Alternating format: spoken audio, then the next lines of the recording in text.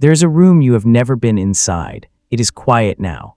The candle on the mantelpiece has burned down to a thin stub of pale wax, and the flame bends slightly, catching the faintest draft from somewhere beneath the door. The wallpaper is heavy and dark, small repeating flowers in burgundy and green, printed by machine, the same pattern in 1,000 houses just like this one. There is a bed against the far wall. Large wooden draped in white linen that has been pressed until it holds no memory of movement at all. Tonight, you are entering that room, not as a visitor, not as a stranger. You are entering it the way history enters every quiet space it has ever touched, slowly, without announcement, carrying everything that came before. This is 1873. And what happens in this room, what is expected, what is endured, what is never spoken of, is about to be told to you gently, carefully, one detail at a time, through the long and very quiet hours of this night. There is no need to rush. There is nowhere else to be. Settle in. The story is just beginning. If you have found this video and you are the kind of person who likes to close your eyes and let history carry you somewhere else for a while, somewhere quieter, somewhere slower, somewhere that feels like reading by lamplight on a winter evening, then you are exactly the kind of person this channel was made for. If that sounds like you, consider subscribing.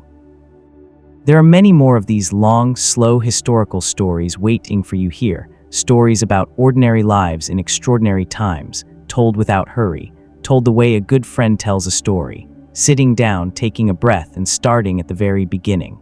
And now, without any further interruption, let us go back to a world that looked on the surface like perfect order, back to a world of lace curtains and calling cards and Sunday silences so thick you could almost touch them. Back to 1873. The world outside the bedroom door. The year 1873 arrived the way most years arrive in England, quietly, with frost on the inside of the windows and the smell of coal smoke threading through every room in every house, from the narrowest back street terrace to the grandest townhouse in Mayfair. It was, by most measures, the high point of something. The British Empire stretched across more of the world's surface than any empire in history had ever managed to do, and the people living inside that empire, or at least the ones living near the comfortable center of it, had a sense, however vague, that they were standing at the peak of civilization itself. Queen Victoria was 53 years old. She had been queen since 1837, which meant that the vast majority of people living in Britain had never known any other monarch. She was a widow, had been one since 1861, when Prince Albert died, and she retreated into a grief so absolute, so theatrical in its totality, that it became a kind of instruction manual for the entire nation. If the Queen mourned this way, perhaps grief itself was meant to be this consuming. Perhaps love was meant to be this serious. The streets of London in January 1873 were full of the noise that always filled them in those years, the sharp clop of horse hooves on stone, the grinding roll of wooden carriage wheels, the calls of street vendors who appeared each morning like part of the infrastructure of the city itself. A man selling hot chestnuts on the corner of a busy street. A woman with a basket of watercress, calling out in a voice that had been sharpened by years of cold mornings. A boy no older than 12 running alongside a hansom cab, shouting something to the driver that no one nearby could quite make out. There were gaslit street lamps on the main roads now, and they gave the city after dark a quality of pale, slightly trembling illumination that was neither quite day nor quite night. Fog came in regularly off the Thames and settled between the buildings, and in that fog the gaslight diffused into something almost beautiful, a soft yellow glow that made even the grubbiest street corner look, for a moment, like something from a painting. Inside the houses, life was conducted according to a set of rules so complex, so layered, so thoroughly understood by everyone within them that they barely needed to be spoken aloud. You simply knew. You knew which fork to use and when. You knew how long to leave a calling card on the silver tray by the door before expecting a return visit. You knew how to arrange your face when someone said something improper. You knew, most importantly, how to behave in public, which is to say, you knew how to give the impression that your private life was perfectly in order, that nothing unspeakable happened behind your closed doors, and that the distance between the person you presented to the world and the person you actually were was negligible. This gap, this distance, is where our story lives, because behind those closed doors, in those carefully managed households, in those beds with their heavy linen and their carved wooden headboards and their bolsters and their nightcaps and their elaborate rituals of preparation and expectation and performance, life was considerably more complicated than the surface suggested. Marriage was the organizing principle of Victorian society in a way that is difficult to fully appreciate now. It was not simply a personal arrangement between two people who loved each other. It was an economic contract, a social necessity, a moral imperative, and increasingly a site of deeply contested ideological struggle. What marriage meant, what it required, what it permitted, what it absolutely forbade was being argued over in parliamentary chambers, in courtrooms, in medical offices, in church pews, in the columns of newspapers, and most quietly and most consequentially in the privacy of bedrooms up and down the country. To understand what happened in those bedrooms, you have to understand what the world outside them looked like. And to understand what the world outside them looked like, you have to understand what people believed, not just what they said they believed, what they actually believed. These are often very different things. Let us begin with a house, an ordinary house. Not a grand one and not a terrible one, the kind of house that the Victorian middle class built by the hundreds of thousands in those years, the kind of house that still stands in many British cities today, a little worn at the edges, its original inhabitants long gone. It is a semi-detached house on a street in a town like Birmingham or Bristol or Leeds, or any one of the dozens of industrial cities that were expanding outward from their centers in those decades like ink spreading across damp paper. The street is respectable, not fashionable, but respectable. The front garden is small and tended. There are net curtains in the front windows, always net curtains, always white, always recently laundered, because the net curtain was among the most eloquent symbols in the Victorian domestic vocabulary. It said, "We see without being seen. We are private. We are proper. We are not the kind of family about whom the neighbors talk." Inside, the house is arranged according to a logic that every inhabitant of every similar house understood intuitively. The front rooms, the parlor, the dining room were public spaces, or at least semi-public. They were the rooms that visitors entered, the rooms that were kept clean and orderly and furnished with the best the family could afford. The back rooms and the upstairs rooms were private. The kitchen was functional and largely invisible to visitors. The bedrooms were completely invisible. This division of the house into public and private space was not simply practical, it was moral. The Victorians drew a very sharp line between what belonged to the world and what belonged to the family, and they guarded the domestic interior with something close to religious intensity. The home was not just a building. It was, according to the era's most beloved thinker on the subject, a sanctuary, a place of peace, a refuge from the harsh world of commerce and competition that men had to navigate every day. John Ruskin, writing in 1865, put it in words that became almost a creed for the middle-class household. The home was the place of peace, the shelter not only from all injury but from all terror, doubt, and division. It was, in short, supposed to be perfect, and perfection, as everyone knows, is a very heavy thing to carry. The woman who managed this house, let us call her by a name common enough to that era, let us call her Ellen, had been married for 7 years. She was 31 years old. She had 3 children, a boy of 6, a girl of 4, and an infant who slept in a bassinet beside the marital bed, which meant that the marital bed was currently shared not just by Ellen and her husband, but by the sounds and needs and unpredictable demands of a human being too new to the world to understand that the middle of the night was not a suitable time for conversation. Ellen had been, before her marriage, a school teacher in a small village school. She had liked teaching. She had been good at it. She had a quick mind and a patience for repetition that came naturally to her, and she had genuinely enjoyed the work of explaining things clearly until they were understood. When she married and stopped teaching, because of course she stopped teaching, a married woman with a middle-class husband, did not work outside the home if the family could possibly manage without her doing so. She redirected this same patience and precision into the management of her household. Her husband, whose name was George, worked in the offices of a manufacturing company that made textile machinery. He left the house each morning at 8 and returned each evening at 6:30, and in the hours between these two fixed points, the house was Ellen's domain entirely. She ran it well. The accounts were kept meticulously in a small leather-bound ledger. The servants, there were two, a cook housekeeper named Mrs. Partridge and a young girl of 14 named Annie, who came in each morning to clean and help with the children, were managed with what Ellen privately considered the correct balance of firmness and consideration. The children were healthy. The meals were punctual. The parlor was always presentable. The net curtains were always clean. On the surface, the house on this street, in this middle-sized industrial town in 1873, was everything a Victorian house was supposed to be. And in the bedroom, above the quietly crackling fire, with the curtains drawn and the baby recently settled after its midnight feeding, Ellen lay beside her sleeping husband and stared at the ceiling in the particular kind of wakefulness that has no name but is instantly recognizable.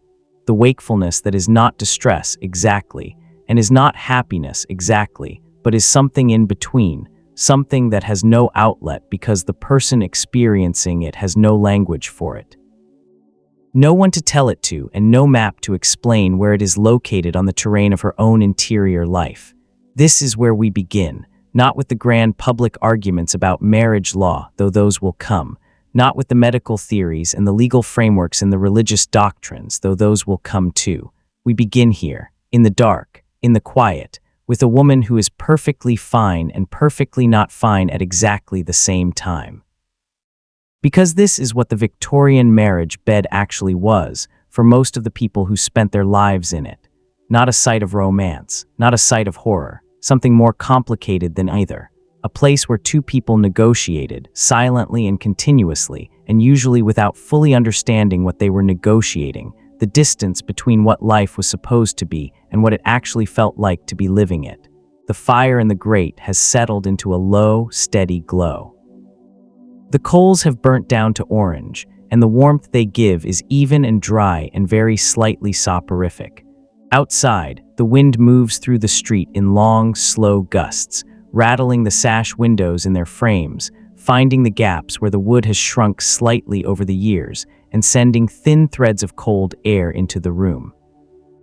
The house is settling around its occupants the way old houses do, a faint creak from the floorboard on the landing, a soft tick from the cooling chimney breast, the distant and barely audible rumble of the last train of the night passing somewhere 2 or 3 streets away. In 1873, this is what home feels like, heavy, warm, and full in every room of things that are never said aloud. Let us stay here for a while. Let us look at the room more carefully, because the room itself is already telling us something. The bed is the largest piece of furniture in it. This is almost always true in a Victorian bedroom. The bed dominates. In a middle-class household like this one, it would be a substantial piece, probably iron or brass, framed by the 1870s, when metal bedsteads had become more common and more affordable than the old heavy wooden frames. The mattress is likely a feather tick over a horsehair base, or perhaps a sprung mattress of the newer design, the kind that had been improving steadily since the 1850s. It is wide enough for 2 adults to sleep without constantly touching each other, though the bolster, the long cylindrical pillow that ran the full width of the bed, ensured that both occupants shared, at least nominally, the same sleeping surface. Above the bed, or to one side of it, there is almost certainly a picture of some religious significance. A small print perhaps of a calm pastoral scene with a scriptural quotation beneath it, or a reproduction of a popular religious painting, something gentle, something aspirational, something that said, "We sleep beneath the eyes of virtue." On the mantelpiece there is probably a small clock. Its ticking is the constant bass note of the Victorian bedroom. When it is the only sound in the room, its rhythm is like a heartbeat, steady, mechanical, indifferent to everything around it. The Victorians were extraordinarily fond of clocks. They timed things obsessively: meals, visits, the appropriate length of mourning, the correct interval between one social obligation and the next. Time in the Victorian world was not something you moved through. It was something you managed. The washstand is in the corner, a marble-topped table with a basin and ewer, usually decorated with a simple blue or pink pattern. There is a chamber pot discreetly concealed in the cabinet below. There is a small wooden chair on which tonight's clothes have been folded and arranged. There is, on Ellen's side of the bed, a small table with a candle in a holder and a book she has been reading. A novel, probably, because the 1870s were a great decade for novels, and Ellen reads a great deal, which is her one truly private pleasure, the one thing she does that belongs entirely to herself. The book she is currently reading is almost certainly one of a handful of popular titles from those years. Perhaps one of Trollope's parliamentary novels, perhaps a sensation story, perhaps one of the newer naturalist works that were beginning to arrive from France and causing considerable consternation among English reviewers.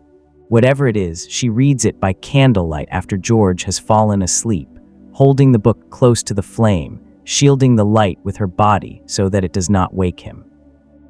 This small, quiet act of reading, this 10 or 20 minutes of being entirely inside her own head before sleep, is something she would find very difficult to explain if anyone asked her about it. It is not dramatic, it is barely even notable, but it is hers. And in the world that she inhabits, in the year that she is living through, the question of what belongs to a wife and what does not is, quietly, one of the most contested questions of the age. The Victorian middle class was in many ways a creation of the Industrial Revolution, not in the crude sense that the Industrial Revolution produced prosperity, though it did, but in the more nuanced sense that the Industrial Revolution separated, for the first time in large numbers, the place of work from the place of home. Before industrialization, most people worked where they lived or very close to it. The artisan's workshop was attached to his house. The farmer's fields were visible from his kitchen window. The merchant kept his accounts in the front room of his own home.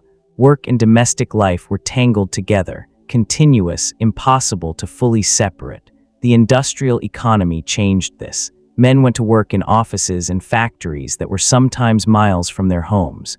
The daily commute, not yet called that, but exactly what it was, became a feature of middle-class life in ways it had never been before. And the result of this separation was a cultural phenomenon that historians have called, for a long time, the doctrine of separate spheres. The idea was simple, though its implications were enormous. Men occupied the public sphere, the world of work, commerce, politics, and civic life. Women occupied the private sphere, the world of home, family, faith, and moral guardianship. The man earned. The woman spent wisely and raised the children. The man contended with the world. The woman created the sanctuary to which the man returned. This was, of course, an ideology. It was not a neutral description of how things naturally were.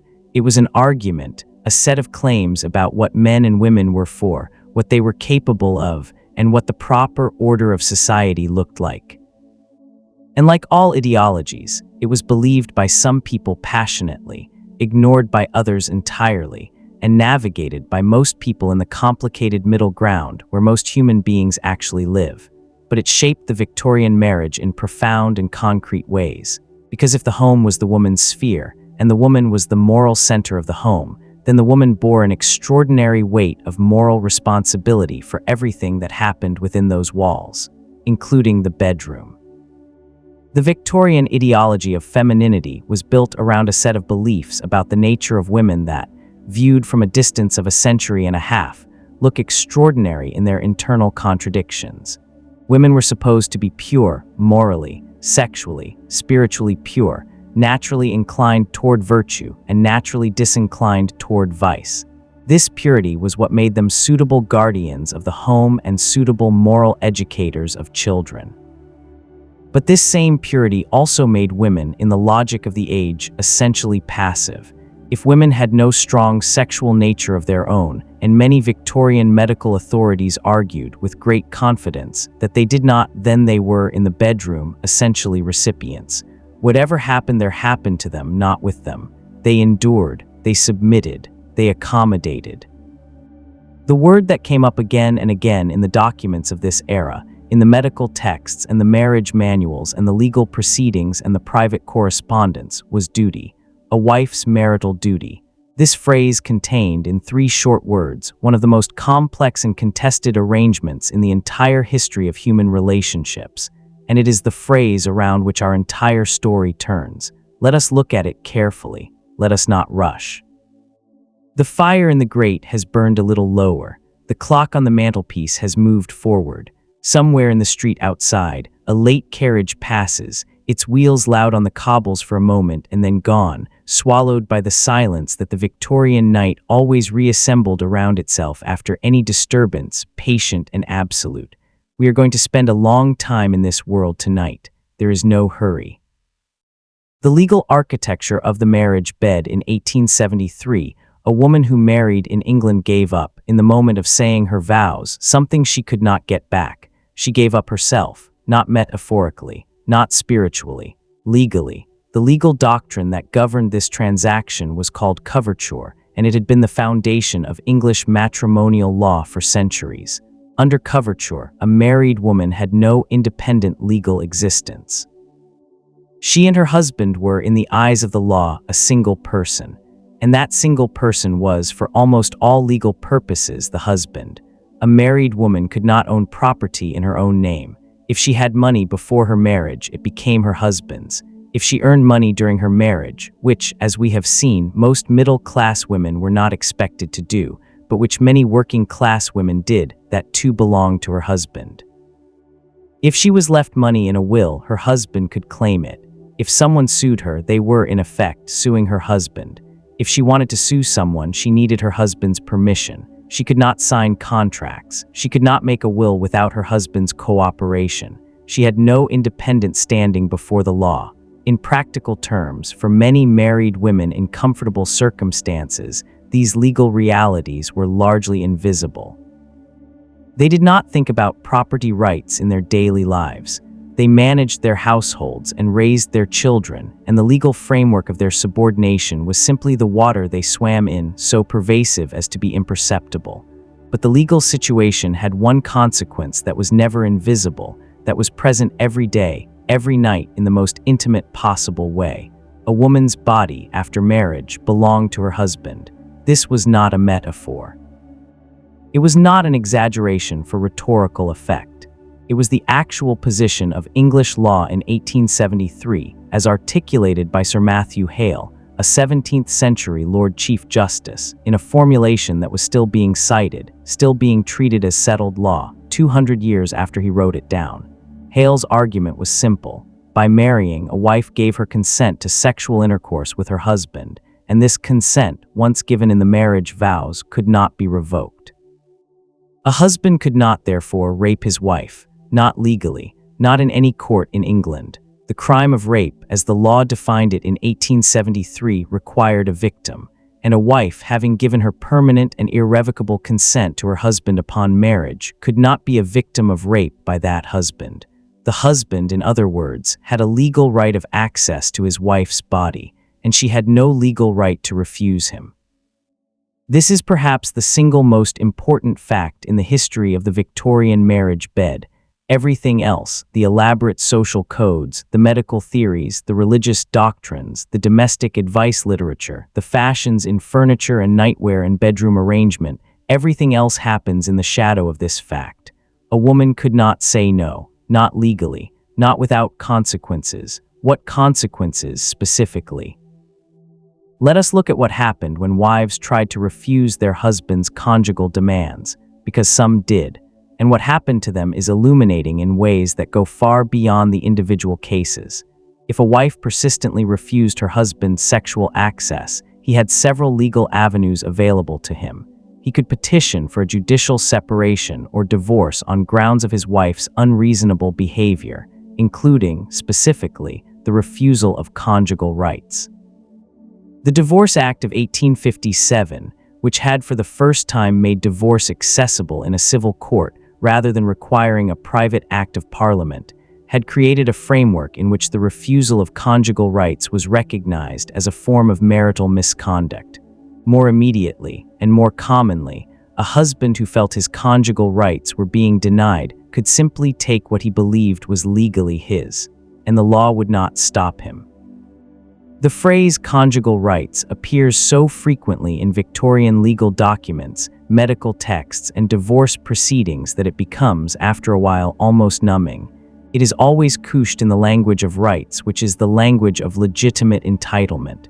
The husband had rights, the wife had duties. The rights were his by law, the duties were hers by nature. But let us be precise about what this meant in practice. It meant that in a typical middle-class household in 1873, a wife who was exhausted after a day of managing the household and the children, a wife who was unwell, a wife who was grieving or worried or simply not in the mood, had no legal standing to refuse her husband if he chose to exercise his rights. She could request his consideration. She could appeal to his compassion. She could hope that he was a decent man who would choose not to force the issue. Whether her hope was well-founded depended entirely on the individual man, and this is the crucial thing about the Victorian marriage bed. It was not uniformly terrible for all women.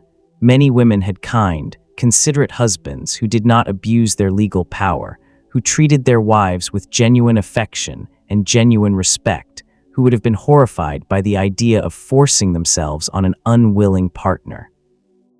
Many Victorian marriages were, by the accounts of the people within them, loving and companionable and genuinely satisfying.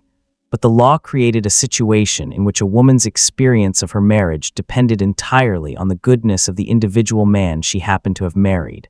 There was no structural protection. There was no fallback. If you were fortunate enough to have married a good man, things went well. If you were not, there was almost nothing you could do about it. And this dependency, this absolute reliance on the moral character of an individual man for the entire quality of your intimate life, was accepted as the natural order of things by the vast majority of people living in 1873. The question of whether this was unjust was beginning to be raised in 1873 by a small but increasingly organized group of women and their allies. We will get to them. Their voices are important. But for now, let us stay with the majority, the ordinary women who were not activists, who were not writing pamphlets or organizing petitions or appearing before parliamentary committees, who were simply living their lives within the system as they found it, because their experience is the texture of this story. Let us go back to Ellen. She has been married for 7 years.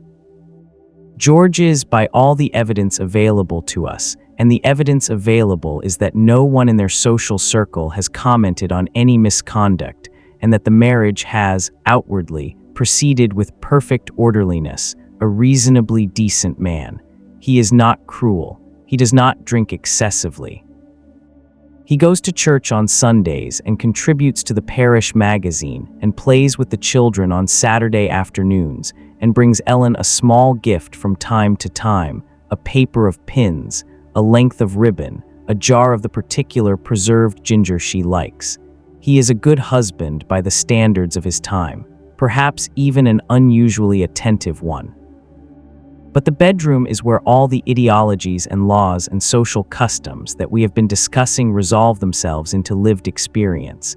And in the bedroom, even with a decent man, the architecture of the Victorian marriage creates certain specific pressures that no amount of individual decency can entirely dissolve. Consider what Ellen knows about her own body. She knows very little. This is not a figure of speech. In 1873, the formal education that a middle-class woman received contained almost nothing about her own reproductive system. If she was lucky, her mother might have had a private conversation with her before her wedding, something brief and euphemistic and largely practical, enough to explain what to expect on her wedding night without providing any framework for understanding why or how. Medical advice books existed, but the ones aimed at women were almost always written by men and almost always framed within the assumption that women were passive recipients of male sexuality rather than active participants in a shared experience. The dominant medical opinion in 1873, expressed with varying degrees of confidence by various physicians, was that women had little or no active sexual desire of their own. William Acton, whose 1857 work on the functions and disorders of the reproductive organs had been widely read and widely cited in subsequent years, put this view in its most famous form. He argued that the majority of women, fortunately for them and for society, were not much troubled by sexual feeling of any kind. Fortunately for them. The phrase carries worlds inside it. Fortunately, because sexual feeling in this worldview was a dangerous thing, a force that unchecked led to disorder, disease, and moral ruin. Women's freedom from it was a form of natural protection, a biological grace that allowed them to be the stable center of the moral universe, while men, burdened by their considerably stronger sexual nature, struggled with its constant demands. This view was not universal even in its own time. There were physicians who disputed it, and the disputes were sometimes acrimonious. There were women who wrote privately about their own experience in terms that made Acton's theory look, at minimum, incomplete. But Acton's view, or something very like it, was the dominant cultural narrative. It shaped what women were told about themselves, what they told each other, what they expected to feel, and what they thought it meant when they felt something different. And it shaped in very direct ways what happened in the bedroom, because if a wife had no strong sexual nature, then her role in the marriage bed was accommodation rather than participation. She was there to meet her husband's needs. Her own experience of the encounter, whether she found it pleasant or painful, welcome or dreaded, meaningful or meaningless, was, in the strictest medical and moral orthodoxy of the day, largely beside the point. The Victorian marriage bed was, in this framework, fundamentally asymmetrical. One partner had needs, the other had duties. One partner pursued pleasure, the other performed obligation. This is the architecture of the thing, and yet, human beings have a remarkable capacity for living inside ideological frameworks while simultaneously exceeding them. The theory said women had no sexual nature. The evidence of Victorian women's own writing, their diaries, their private letters, their novels, their legal testimonies, suggests a considerably more complicated reality. Women felt things, they wanted things, they grieved when those things were absent. They were sometimes damaged by what was done to them. They sometimes found genuine pleasure in their marriages and were sometimes mystified by their own response to it. The gap between the theory and the reality, this gap is also part of our story. But let us stay a little longer with the legal framework, because the law has one more very important thing to tell us about the Victorian marriage bed. In 1873, the year we are inhabiting, a piece of legislation was making its way through the early stages of parliamentary discussion that would eventually, in 1878, become law. It was the Matrimonial Causes Act, and one of its provisions would allow magistrates to grant separation orders to wives whose husbands had been convicted of aggravated assault. The fact that this required a separate act of Parliament, that it was considered a significant legal reform, worth years of lobbying and advocacy, tells you everything you need to know about where the law had been before. Because before 1878, a wife who was physically assaulted by her husband had very limited legal recourse. She could attempt to bring a prosecution for assault, which was difficult and expensive and frequently unsuccessful, because the courts were reluctant to interfere in what they tended to regard as private family matters. She could leave him, but if she left without a formal legal separation, she had no right to any of her own property, no right to her children, no right to financial support. She was legally still his wife, still subject to his authority, and he could compel her to return. The law did not create the possibility of leaving a violent marriage as a real practical option for most women until the late Victorian period, and even then it was harder than any description makes it sound. So, the bedroom in 1873 was a place where the law reached in, through its silences and its absences and its explicit permissions, and shaped the experience of the people inside it in ways that the people themselves often had no language to describe. The fire has burned lower. The room is darker. The clock ticks on. Somewhere outside, the wind has picked up, moving through the bare branches of the tree in the back garden with a sound like slow breathing, long and even and patient. This is a story that needs patience. Let us carry on. Meanwhile, in another quiet corner of history, in the lecture rooms and consulting rooms and private offices where Victorian medicine was being practiced and theorized and argued over, a different kind of architecture was being built. What the doctors said, there is a consulting room on a quiet street in the professional district of a London suburb in the autumn of 1873. It is a serious room. The bookshelves that line two walls are filled with volumes whose spines are dark and uniform, and the titles on those spines, when you lean close enough to read them, are a catalogue of the medical concerns of the age. Works on nervous diseases, on the functions of the generative organs, on the management of women's illnesses, on hysteria and neurasthenia, and the manifold ways in which the female body could go wrong. The doctor who works in this room is a man of perhaps 45. He has a full beard, as most professional men of his age and class did in 1873, and he wears a dark suit that manages to be simultaneously very formal and slightly worn, the way doctors' and clergymen's suits tend to look when they have been well made and then lived in for years. He is, by every available measure, a good doctor. His patients trust him. He sees them with the attention and seriousness that his training demanded. He writes careful notes. He reads the latest journals. He believes with genuine conviction that he is helping the people who come to him.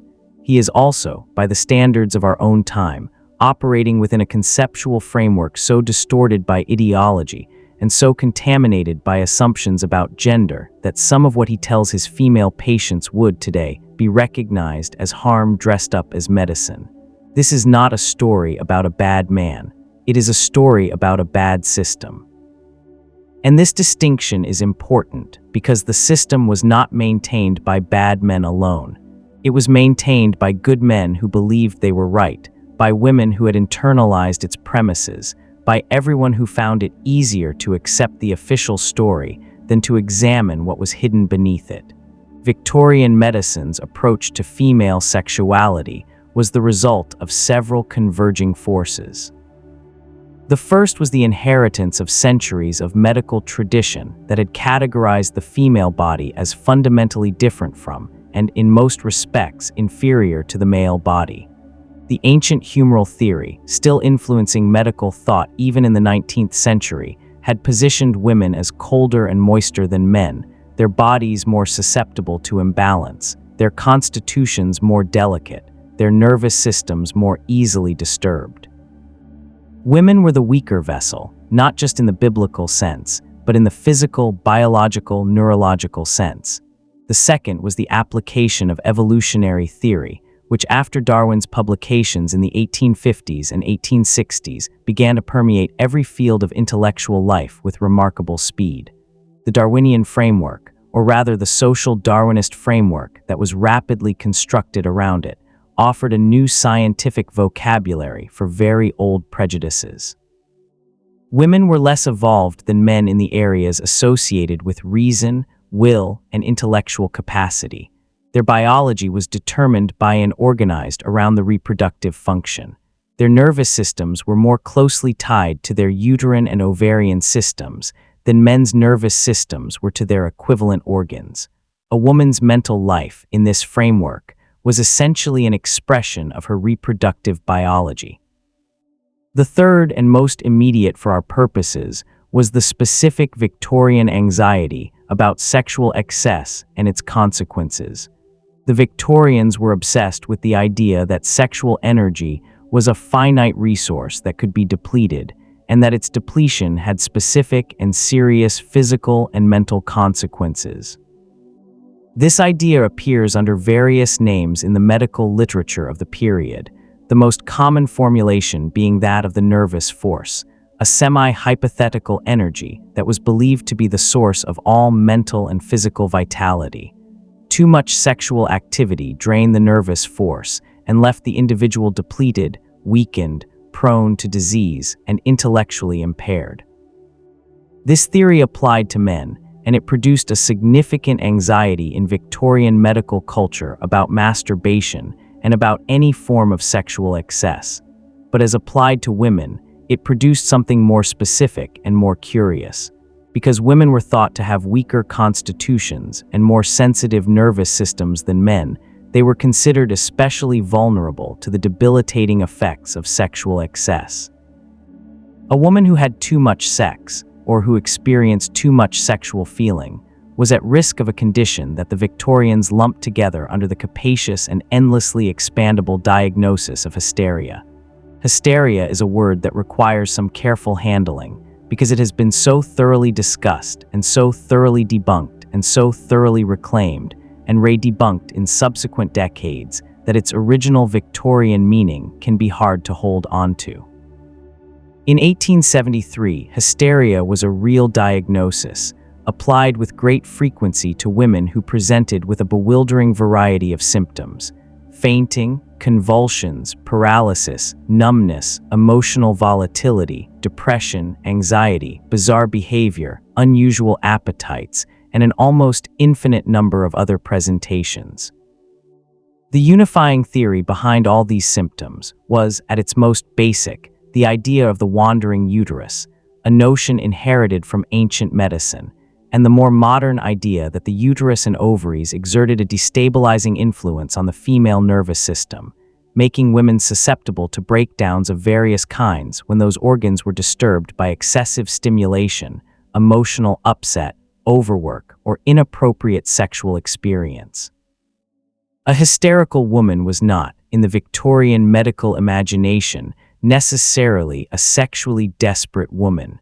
She was a neurologically imbalanced woman, but the connection between her neurological imbalance and her reproductive organs was almost always implied, even when it was not stated.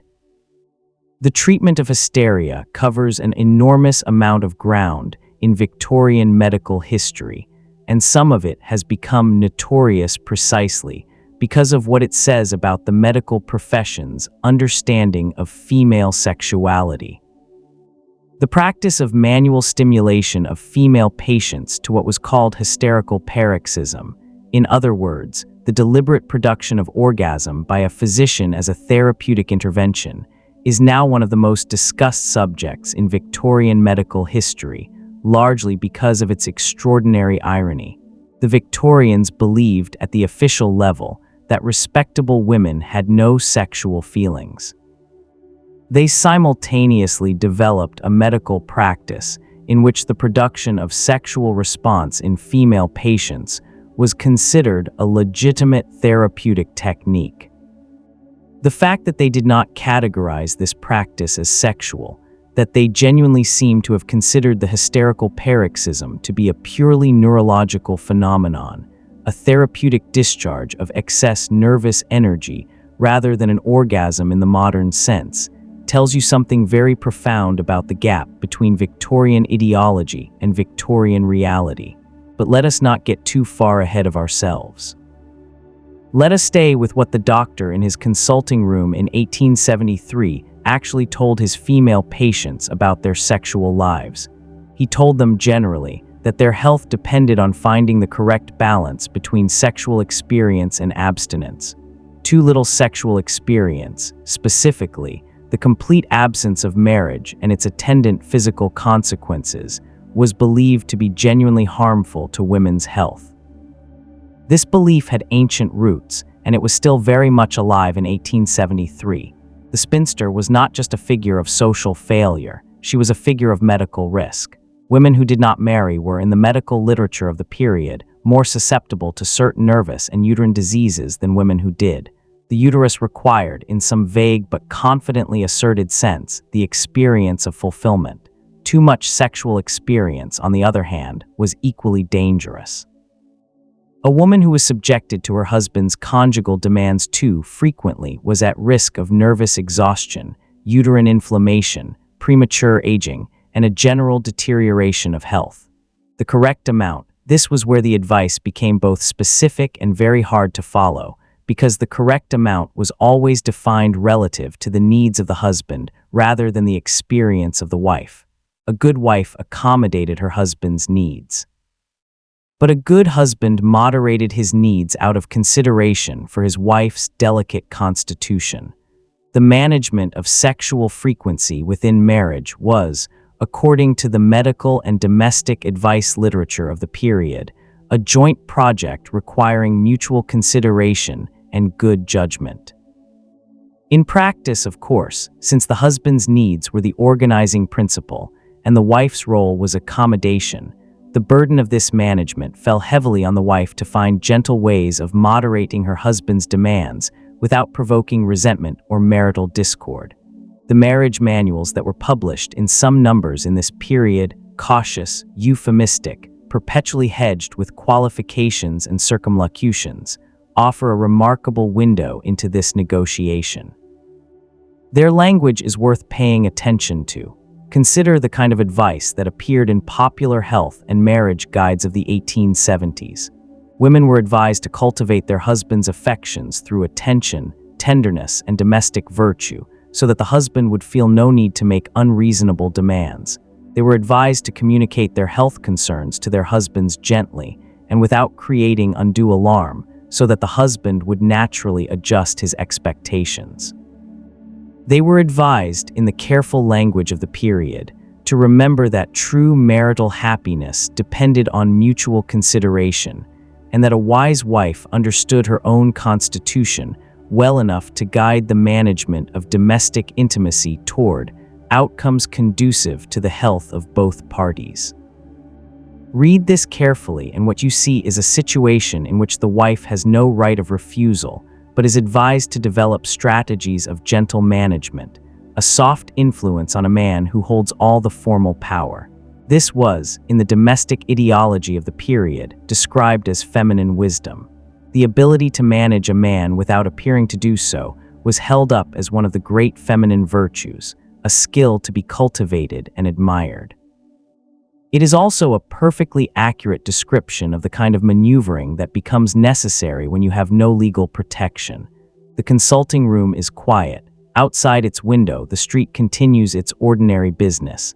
A housemaid passes with a basket. A delivery cart stops at the house opposite. The doctor writes something in his notes, crosses it out, writes something different. In the next room, a patient waits. She is 34 years old. She has been married for 9 years.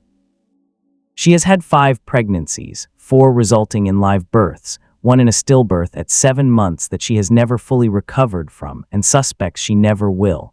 She is here today because she has been experiencing what she describes, with visible difficulty, as extreme fatigue, a lack of appetite, and a persistent low mood that she cannot account for by reference to any external cause.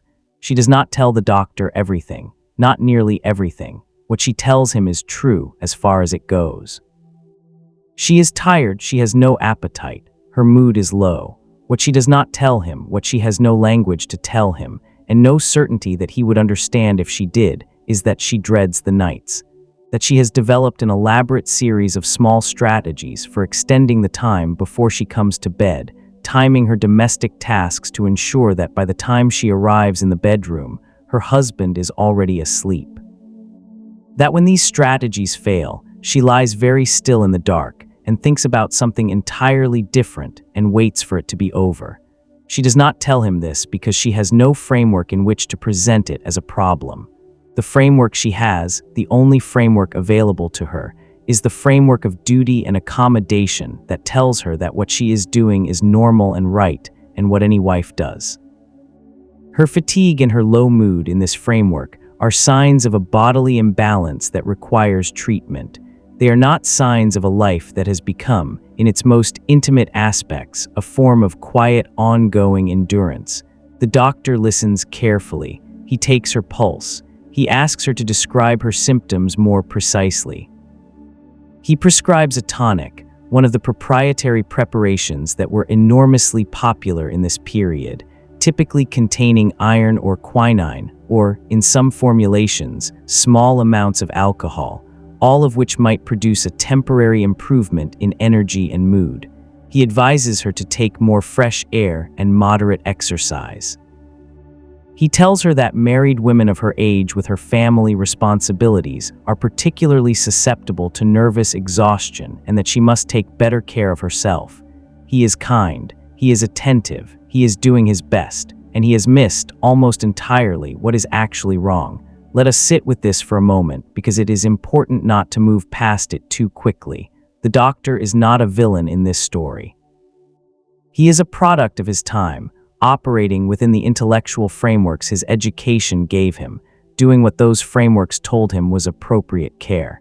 He genuinely wants to help his patient. He genuinely believes he is helping her. But the intellectual framework within which he is working has a blind spot so large that it covers the most significant aspect of his patient's situation entirely. Because the framework starts from the premise that a wife's sexual accommodation of her husband is natural, normal, appropriate, and by definition not a source of harm, it is constitutionally incapable of recognizing harm when it comes from that source. This is what bad systems do. They do not require bad people to maintain them. They require only that the people within them cannot see what the system has decided is invisible. And in 1873, what was invisible was this, that a woman's experience of the intimacy within her marriage, whether she found it tolerable or joyful or painful or dreaded, was a legitimate medical and moral concern, that her feelings about it were real and significant. That the system that denied her the right to refuse might be producing, in millions of women across the country, exactly the kind of chronic exhaustion and low mood and vague persistent suffering that kept filling the pages of Victorian medical casebooks. The tonic was prescribed, the appointment ended, the patient thanked the doctor and went home. The street outside his window continued its quiet life. And as the night deepens around us, let us follow another thread, the thread of the domestic advice literature, the great Victorian project of telling people how to be, and what that project said about the bedroom. The advice literature and the ideal wife, there was an industry, in Victorian England, of telling people how to live. It was an enormous industry. It produced a staggering quantity of material, books and pamphlets and magazine articles and newspaper columns and sermons and Sunday school tracts and improving tales for young readers, all of which were aimed at the same fundamental project. The project was to define the ideal husband, the ideal wife, the ideal household, the ideal marriage, and to persuade as many people as possible to arrange their lives in conformity with it. The Victorians were, in this sense, the inventors of the self-improvement genre. They believed that behavior was a matter of will and education and correct information, and that given sufficient guidance, any reasonably moral person could arrange their life in accordance with the correct principles. The guidance was available in extraordinary abundance. The most famous single text in this literature is almost certainly Isabella Beeton's book of household management, first published in 1861 and continuously reprinted thereafter. Beeton's book is mostly about cooking and domestic organization, but its framing chapters contain some of the most eloquent expressions of the Victorian domestic ideal ever committed to paper. The mistress of the household, Beeton wrote, should be well-dressed, thoroughly amiable, and give her husband such a welcome that would make him feel that after all the toil and care of the day, he had come to a harbor of refuge and peace. The harbor of refuge. The word harbor is interesting here. It implies that the outside world is stormy, dangerous, full of currents that might overwhelm the ship. The home is safety. The wife is the harbor. Her function is to receive and to shelter. But Beeton's book, for all its canonical status, was primarily concerned with the management of domestic labor, servants, meals, shopping, scheduling. For the more intimate aspects of the marital relationship, readers turn to a different and more specialized literature. The marital advice literature of the Victorian period is a fascinating and somewhat harrowing genre to spend time with. Its authors were typically clergymen or physicians, occasionally lawyers, almost never women, and their approach to the subject of marital relations was shaped by an overwhelming anxiety about excess. Excess was the governing concept. too much sexuality of any kind was dangerous.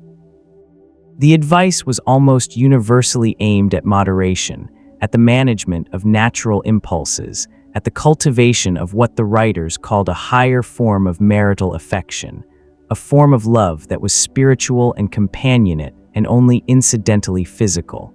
Henry Butter's work on marriage, published in the 1860s, was representative. He argued that the highest form of marital union was one in which both parties had, over time, elevated their relationship above the merely physical and found in each other a companionship of mind and soul that was independent of and superior to the physical elements of marriage. The physical elements, he never called them anything more specific than this, were a legitimate and even necessary part of marriage in its earlier stages, primarily as the means of producing children, but the truly mature marriage was one in which both parties had, through mutual cultivation, transcended the need for them. This theory of marital transcendence was enormously popular in Victorian moral and religious literature.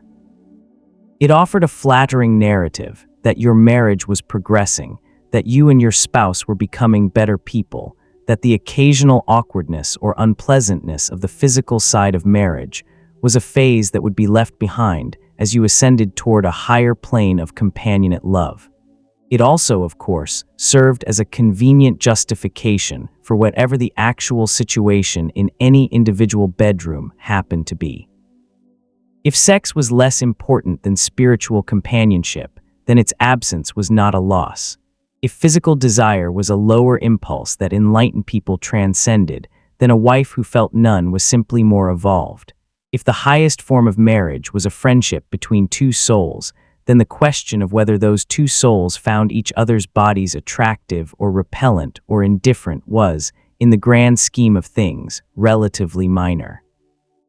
The literature gave people a way to narrate their lives to themselves that made the structure of those lives feel like moral achievement rather than constraint. This is one of the things that advice literature always does, but let us look more closely at what it said about the wife's specific role.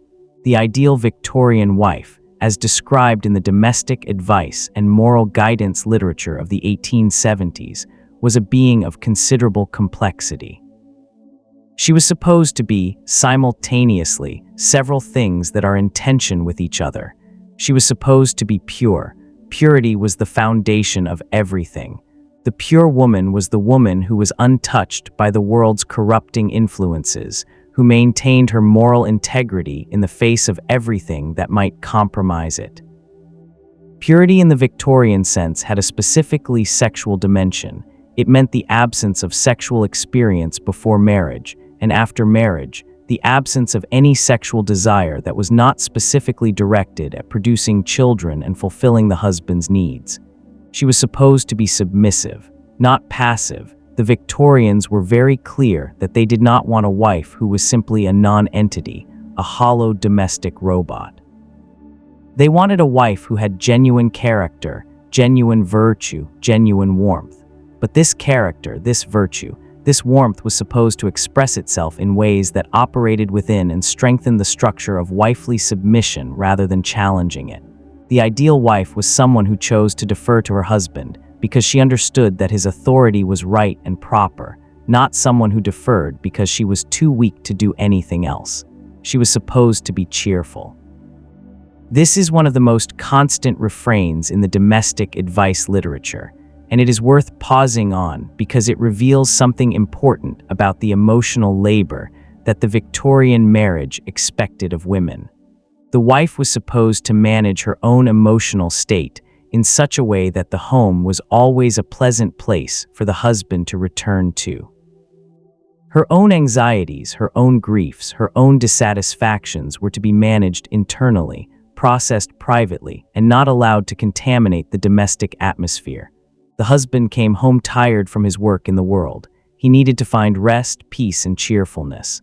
The wife's job was to provide them. The emotional labor involved in being perpetually cheerful, in suppressing your own distress so completely that it does not penetrate the surface of domestic life, is not small. And the advice literature was not unaware of this exactly. It acknowledged that a wife had burdens and difficulties. It simply insisted that the correct response to those burdens and difficulties was to manage them quietly, privately, and without troubling the husband with them unnecessarily. And she was supposed to be a mother. This was perhaps the most powerful single expectation, the one that organized everything else. The mother was the highest possible female identity in Victorian culture, not just in the specific sense of caring for one's own children, but in the broader sense of being a nurturing, self-sacrificing, morally sustaining presence. The language used to describe the ideal Victorian wife slipped constantly between the language of wifehood and the language of motherhood, as if the two roles were not just connected, but essentially the same. The implications of this for the marriage bed were significant. If the wife's primary role was maternal, if her identity was organized around caring for others, sacrificing for others, prioritizing others above herself, then the bedroom was just one more arena in which this principle applied. Accommodating the husband's sexual needs was, in this framework, a form of maternal self-giving. It was not degrading or burdensome. It was, correctly understood, an expression of the wife's highest nature. This framing was remarkably effective at rendering wives' dissatisfaction with their intimate lives invisible even to themselves. If your duty and your identity are aligned, if the thing that is required of you is also the thing that your deepest nature is supposed to incline you toward, then finding the required thing difficult or unpleasant is a sign not of unjust constraint but of personal failure. Not failure of the system, but failure of yourself. The wife who found the bedroom difficult did not think, "The system is wrong." She thought, "I am failing to be the wife I should be." This is a very effective form of control, but let us look at some specific advice, because the general framework needs to be grounded in particulars. One of the most widely read works of marital guidance in the Victorian period was Thomas Bull's Hints to Mothers, which was actually primarily concerned with childbirth and infant care, but contained extensive sections on the management of the marital relationship, particularly as it related to pregnancy and the postnatal period. Bull's work was first published in 1837 and went through numerous editions. Its advice, though framed in the slightly earlier idiom of its composition, was still widely cited and widely read in the 1870s. Bull advised mothers who were pregnant or recently delivered to communicate their condition to their husbands clearly, so that the husband could exercise appropriate restraint during these vulnerable periods. His assumption, notably, was that the husband had the stronger desire, and that the wife's role was to inform him of the limitations her physical condition imposed. The husband was expected to moderate his behavior out of consideration, and Bull clearly believed that most decent husbands would do so. But the responsibility for managing this communication, for navigating the space between the husband's appetites and the wife's vulnerability, was placed firmly on the wife. More broadly, Bull argued that wives were at their most attractive to their husbands when they were happy and well, and that the surest way to ensure the husband's consideration and kindness was to be the kind of wife whose obvious health and contentment made unreasonable demands uncomfortable for a decent man to make. This was, in its way, practical advice. A cheerful and apparently thriving wife was harder to mistreat than a visibly suffering one. But it also placed the burden of avoiding mistreatment on the wife's performance. She needed to be visibly well and cheerful to earn the consideration that was arguably simply her due regardless. The advice literature, in short, was doing a very particular thing. It was providing women with a set of tools for navigating a system that was fundamentally unjust while simultaneously providing a narrative that made the system appear natural and reasonable. The tools were real. They sometimes worked. The navigation was genuinely necessary, but the whole enterprise was premised on the acceptance of the underlying structure, the structure in which the husband had rights and the wife had duties, and the wife's task was to manage those rights as wisely as possible rather than to question whether the structure was correct. In the corner of the bedroom, near the window, there is a small bookshelf. Ellen has several of these books. She has read them carefully, the way she reads everything with attention and with the particular half-skeptical intelligence that she has never entirely managed to suppress, even when the text she is reading is one that asks her to. Some of what these books say rings true to her. Some of it feels like instructions for a person who is not quite her. Some of it makes her feel, in a way she does not analyze too closely, both seen and not seen at the same time. She knows the theory. She knows what she is supposed to want and feel and be. The knowledge does not precisely help. Outside, the wind is moving through the street again. The fire in the grate is very low now, just the last of the coals, orange and gray and still. The room has grown slightly colder. In the distance, very faintly, you can hear the church clock beginning its sequence for the hour. 1, 2, 3. It is 3 o'clock in the morning of 1873. The house is quiet. And as the night deepens and the hour grows late, let us move to consider something that was beginning, quietly and with considerable difficulty, to be said aloud. The first voices of dissent. There is a drawing room in London on a Tuesday afternoon in the autumn of 1873. It is not unlike other drawing rooms in respectable London homes of the period. There is a fire in the grate, and the curtains are half drawn against the gray afternoon light, and there is a tea service on the low table in front of the settee. The wallpaper is lighter here than in the bedroom we have been visiting, a cream ground with a pattern of pale green leaves, and the room has the quality of careful, considered brightness that characterizes the homes of people who spend a great deal of time thinking about how they want their domestic environments to feel. But this drawing room is different from most others in one significant respect. The woman who sits in the chair nearest the fire is not engaged in the usual Tuesday afternoon occupation of a respectable middle-class woman. She is not doing needlework. She is not writing letters. She is not preparing for visitors or supervising the tea or reviewing the household accounts. She is writing a pamphlet. Her name is Frances Power Cobb, and she is among the most remarkable women of her generation. She is 49 years old in 1873, Irish by birth, the daughter of a Church of Ireland clergyman, and she has lived most of her adult life in defiance of every expectation that her origins attached to her. She never married. She worked as a journalist and essayist and social reformer. She wrote about domestic violence, about women's suffrage, about the legal situation of married women, about vivisection. One cause led naturally to another in her mind, because she had the kind of intelligence that found the connecting principle in apparently disparate things. The connecting principle in most of what she wrote was power. Who had it? Who did not? What the law and medicine and religion said about this distribution. What it cost the people who did not have it. The pamphlet she is working on in this autumn afternoon will not be published until a few years later, but its arguments are already fully formed in her mind. The essay will be called Wife Torture in England, and it will be one of the most important pieces of social criticism published in the Victorian period. Its central argument is straightforward, that the legal framework of marriage, combined with the cultural expectations around wifely submission and endurance, had created a situation in which the systematic abuse of wives by their husbands was common, widely known, and almost entirely unaddressed by the law. It was not a polemic. It was a carefully documented argument, supported by statistics drawn from police court records and newspaper reports, conducted in the measured, intelligent prose of someone who knew that her audience needed to be persuaded, not hectored. Cobb was not the first person to make this argument.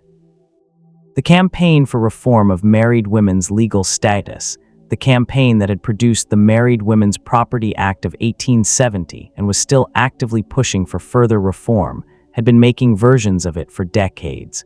But what Cobb brought to the argument was a willingness to be specific, to name what happened in those bedrooms, to insist that it be seen. She faced enormous resistance. The resistance was not primarily from people who thought wife abuse was acceptable. It was from people who thought that discussing the interior life of marriages, what actually happened behind those closed doors, in those carefully managed private spaces, was itself improper, indecent, a violation of something important. The private sphere was private. What happened in marriage stayed in marriage. To speak of it publicly was to violate the sanctity of the home, the very thing that Victorian culture had constructed as its most important ideal. This tension between the ideology of domestic privacy and the need to name what that privacy was concealing is one of the central dramas of the Victorian period, and it plays out not just in the legal and political sphere, but in the cultural sphere too. Consider the novel. The Victorian novel, at its best, was an instrument for making visible what the social surface kept hidden. The great Victorian novelists, Dickens, Eliot, Gaskell, Trollope, Hardy, and others, were engaged, continuously and with extraordinary skill, in the project of showing their readers what lay beneath the carefully maintained appearances of Victorian social life, and the marriage was one of their most persistent subjects. Not because Victorian novelists were interested in sex, they were, for the most part, operating within conventions of public decency that required them to be indirect about physical matters, but because they were deeply, obsessively interested in the question of what marriage did to people, whether it made them happy or miserable, whether its power dynamics could be made just, whether love survived the institutional form that society built around it. George Eliot's Middlemarch, published in 1871 and 1872, just before our 1873 moment, is perhaps the greatest single exploration of this question in the English language. Its central story is the marriage of Dorothea Brooke to the dry and self-absorbed scholar Casaubon, a marriage that is, in its intimacy, a form of slow suffocation. Eliot was extraordinarily careful. She never says anything directly about what happens in the Casaubon bedroom. But she conveys, with devastating precision, the quality of Dorothea's experience in that marriage, the way her enthusiasm and generosity and intelligence encounter Casaubon's need for admiration and his incapacity for genuine connection, and the slow, grinding disappointment that results. And she says something else, something that would have resonated painfully with many of the women who read it. She says that Dorothea's suffering is invisible. That from the outside, the Casaubon marriage looks perfectly respectable, that there is nothing that anyone can point to and call wrong, that the harm is done entirely through the structure of the thing, through the power that the law and the culture and the institution give to one party and deny to the other. The novel was published to enormous acclaim. It was reviewed seriously and extensively, read voraciously, discussed in drawing rooms and literary societies across the country. And one of the things that readers talked about, one of the things that the novel made it possible to talk about, was the question of whether a marriage that was technically proper could be, in its lived reality, a form of profound and ongoing harm. This question could be asked in a novel in a way that it could not easily be asked in direct public discourse. The novel provided a protected space for certain kinds of truth-telling. And in the autumn of 1873, while Frances Power Cobbe was writing her pamphlet in her drawing room, women across the country were reading Middlemarch and finding in it, some of them for the first time, a language for their own experience. This is what literature does at its best. It gives you back something you knew but could not say. Let us look at the reformers more specifically, because their arguments were precise and important, and they deserve to be heard. The campaign for married women's legal reform had been gathering momentum since the 1850s.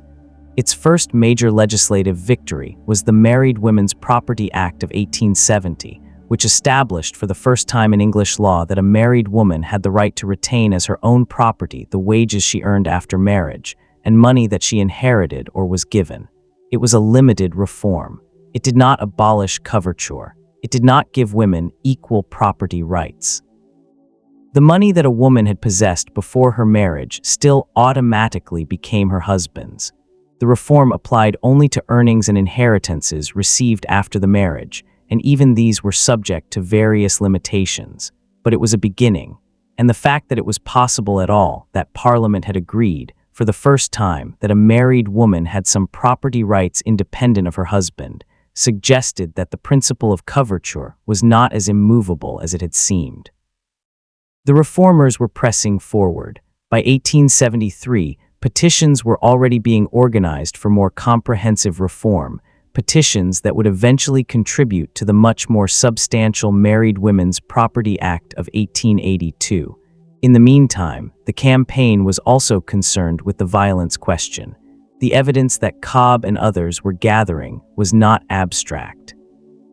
It came from police court records, from newspaper accounts of assault cases, from the testimonies of women who had found their way to various charitable organizations and relief societies. It painted a picture of widespread, systematic violence, not exceptional, not confined to the lowest social classes, not something that could be explained away as a problem of poverty and drunkenness alone, though poverty and drunkenness certainly contributed. It painted a picture of a system in which the law said that a man had a right to his wife's body, and in which some men exercised that right through force, and in which the institutions that should have protected women from this did not, and could not because they had been built on the premise that the home was private and the marriage was inviolable. Josephine Butler, the great social purity campaigner, whose most famous work concerned the Contagious Diseases Acts, articulated the connection between the legal subjection of wives and physical violence against them with characteristic clarity. She argued that whenever women were treated by the law as the property of men, as objects whose consent was irrelevant, whose preferences and pain did not count, you created the conditions for abuse. The law gave abusive men a permission structure, and even many men who would never be physically violent benefited from the general assumption of female submission that the law encoded. Butler was speaking primarily about the Contagious Diseases Acts, legislation that subjected women suspected of prostitution to compulsory medical examination, but her analysis applied with equal force to the marriage laws. Her argument was that you cannot protect women from harm by men if the law itself positions women's bodies as available to men by right. This argument was considered, by many people in 1873, to be radical and excessive. Even some sympathizers with women's rights felt that Butler went too far, that her language was too strong, that she was allowing justified passion to outrun reasonable argument. But the logic was clear.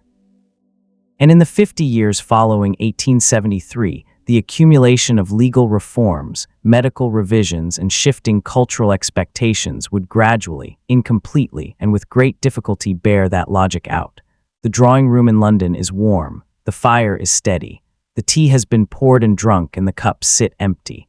Outside, the light is failing in the way that autumn London light does quickly, as if someone has made a decision. By 4 o'clock, the candles are lit.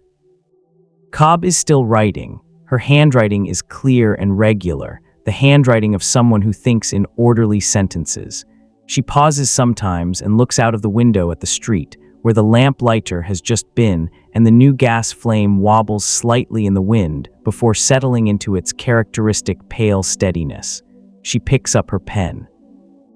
She writes the amount of lying in misery and unreported suffering that this single legal fiction has produced is beyond the capacity of arithmetic to calculate. She pauses again, crosses out unreported, writes, silent, the amount of lying in misery and silent suffering. Yes, that is the word, silent. Meanwhile, in another quiet corner of history in the religious life of the Victorian nation, the bedroom was also being discussed, in ways more nuanced than you might expect. God, the Church, and the Marriage bed Sunday morning in 1873. The church bells begin at 9:30, a steady cascade from churches across the town, each bell slightly different in pitch and tone from the others, all of them converging on the same message. It is time, it is time, it is time. The family is already dressed. Ellen has been up since 7, overseeing the children's breakfast and their preparation for church, making sure that the good clothes are properly buttoned and the hair is properly arranged and the shoes have been cleaned. George has been down since 8, reading the newspaper with his coffee, the newspaper folded to its inner pages now that the children are about. They walk to church together, George and Ellen and the 2 older children, the baby left at home with Mrs. Partridge, through streets that have taken on the particular Sunday quality of Victorian towns, a quality that is neither entirely silent nor entirely lively, but is suspended somehow between the working week just ended and the working week about to begin. The church is Victorian Gothic, built in the 1860s from pale stone that already has a slight gray tinge from a decade of coal smoke. Inside, it is cool and high-ceilinged, and the smell is the smell of all such churches, stone and furniture polish, and the faint residue of incense or flowers, or simply the accumulated breath of years of congregations. They sit in their pew, which is their pew in the sense that they have rented it, as was still common practice in many churches in 1873, and the service begins. The Church of England's relationship to the Victorian marriage bed was complicated, as the Church of England's relationship to most things involving the actual lives of human beings was complicated. On the surface, the Church's position was clear and had been clear since the Reformation. Marriage was a holy estate, ordained by God, instituted for the procreation of children as a remedy against sin and for the mutual society, help, and comfort of the one person to the other, as the 1662 Book of Common Prayer put it. Mutual society, help, and comfort. These three words are interesting. They are not sexual words, but they are not exclusively spiritual words either. They describe something relational, a quality of relationship between two people that is genuinely mutual, genuinely caring, genuinely supportive. The Church's official theology of marriage was more egalitarian in principle than the secular law. In the eyes of God, husband and wife were spiritual equals. Their souls were of equal worth. The grace available to them through the sacrament of marriage, for those churches that regarded marriage as a sacrament, was available to both without distinction. But the Church's social teaching, the teaching it delivered from the pulpit, in Sunday schools, in confirmation classes, in pastoral visits, was shaped by and delivered within the same cultural framework that shaped everything else. And that framework was the framework of wifely submission and husbandly authority.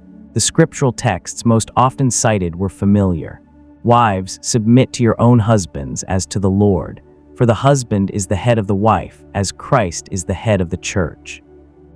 Paul's letter to the Ephesians was quoted so frequently in Victorian sermons and marriage services and domestic advice literature that it became simply part of the cultural wallpaper, a text so often repeated that its meaning had been partially absorbed into the general background of assumptions about how the world worked. What was less often quoted, or less often given equal weight, was the preceding verse in the same passage, submitting to one another out of reverence for Christ. Or the verse that follows the husband as head passage, husbands, love your wives as Christ loved the church and gave himself up for her. The mutual submission, the self-giving love. These parts of the Pauline theology of marriage were present in the text, but in the Victorian reading of it, they were subordinated to the hierarchy. The wife submitted, the husband led. The hierarchy was what the text was about. But there were voices within Victorian Christianity that pushed back against this reading, and they are worth listening to. The Christian feminist tradition, and it was a tradition with deep roots in various nonconformist and evangelical movements, argued that the Christian gospel was fundamentally egalitarian, that the submission passages in Paul needed to be read in the context of the radical equality that Paul himself articulated elsewhere, and that the use of Christian scripture to justify the legal subordination of wives was a fundamental misreading of the gospel.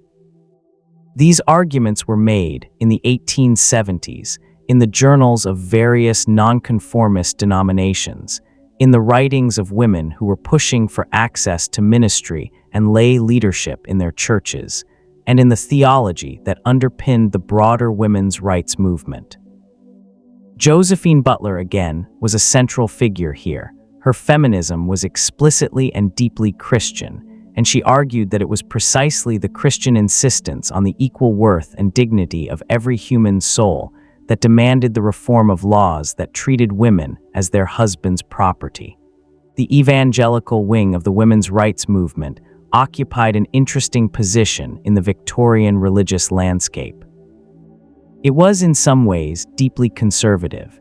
It shared the dominant culture's anxiety about sexual excess, its concern with purity and sobriety, its sense that the moral reform of society was an urgent Christian imperative. But it was also, in its logic, radically reformist, because it took the equality of souls seriously enough to follow the argument to its conclusions. If every person has an immortal soul of equal worth in the eyes of God, then no person can be the property of another. If women's souls are equal to men's, then women's bodies cannot be owned by men. If Christ came to set the captive free, then the captive wife in her legally enforced submission is an affront to the gospel. This argument was made with considerable force by a number of Victorian Christian women, and it was genuinely subversive, not because it challenged Christianity, but because it took Christianity seriously in ways that the dominant culture preferred not to. The clergyman preaching in the church on this Sunday morning is not among the subversives. He is an educated man, a careful preacher, someone who thinks seriously about what he says from the pulpit and is not merely performing the expected. But he is also a man of his time, and his sermon on this Sunday morning, the text is from the 4th chapter of Ephesians, and it is about the qualities of the Christian household, reflects the conventional understanding of the conventional hierarchy. He speaks about the husband as the head of the family. He speaks about the wife as the heart of the family.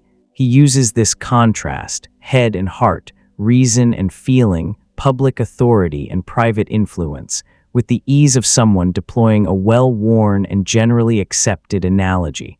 The congregation follows him without visible resistance. The women in the pews, seated on one side as was still the case in some traditional churches, sit with the quality of attention that long practice in being preached at by men produces, engaged at one level, elsewhere at another. Ellen listens. She is a genuinely religious woman, not in the agonized, crisis-ridden way that some Victorians were religious, not in the rote mechanical way that others were, but with a kind of steady, practical faith that takes the teachings seriously enough to think about them, and occasionally to find them inadequate. She is thinking, as the clergyman speaks about the heart of the family, about the fact that a heart, however warm and essential, does not lead. It can only keep pumping. It can only keep doing what it does. She does not pursue the thought. The sermon ends. The hymn begins. The congregation rises. The Quakers were, in 1873, still doing something remarkable. They had been formally recognizing the spiritual equality of women in their meetings since the 17th century. Quaker women could speak in meeting, could minister, could hold positions of responsibility in the community, and this equality, far from destroying the Quaker community, as critics of female participation in other denominations warned it would, seemed simply to have produced a community in which women were fully present. The Quaker position on marriage was correspondingly different from the Church of England's. Quaker marriages were not solemnized by a minister, but by the couple themselves in front of the meeting, in a ceremony in which both parties made the same vows. The asymmetry of the Anglican marriage service, in which the wife promised to obey and the husband did not, was absent. Both parties committed equally. This was a small thing in the large picture of Victorian society. The Quakers were a small community. Their practices did not set the social norm. But it is worth pausing to notice that in 1873, in the same country, in the same year, you could find both the legal reality that a wife's body was her husband's property by law, and a religious community that had, for 2 centuries, been organizing itself around the principle of equality. The range of the Victorian experience is not always appreciated. We tend to think of the Victorians as a monolith, corseted, repressed, hypocritical, stuffy. But that monolith was never quite solid. There were always cracks in it, always people living differently, always alternative models being quietly maintained somewhere. The mainstream was real and its power was enormous, and the people who deviated from it paid real costs. But the deviations existed, and they matter to the story, because the story of the Victorian marriage bed is not simply a story of repression and suffering.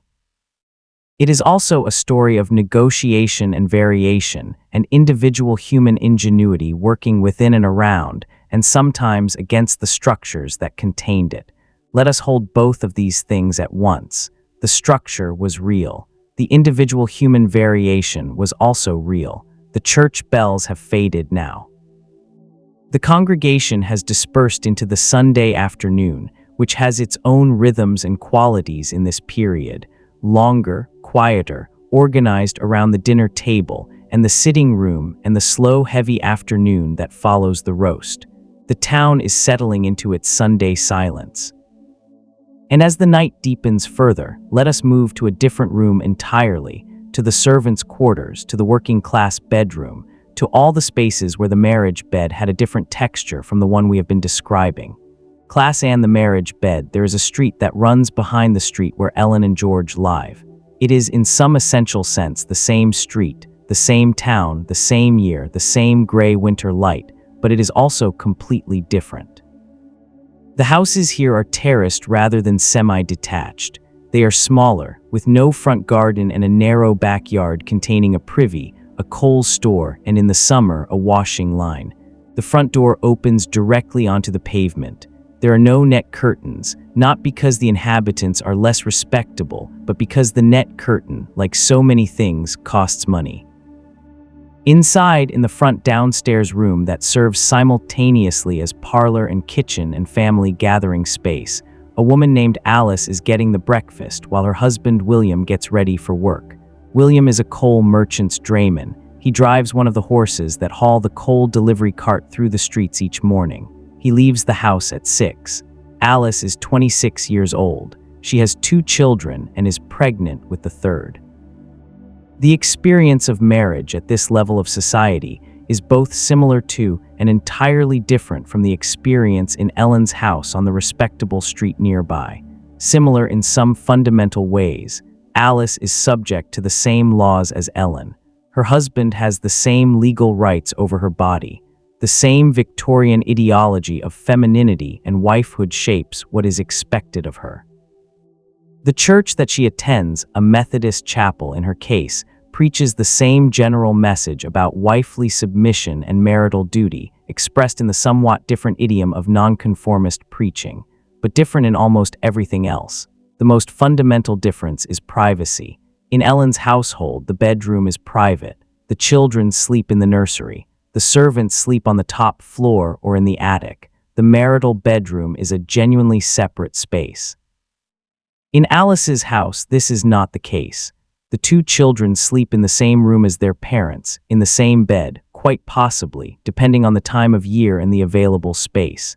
The house has 2 rooms upstairs and 2 down, and in winter all of these rooms are cold unless a fire is burning, and a fire costs money. The family clusters together for warmth. What this means in practice is that the marriage bed, in households like Alice's, is not private in any meaningful sense.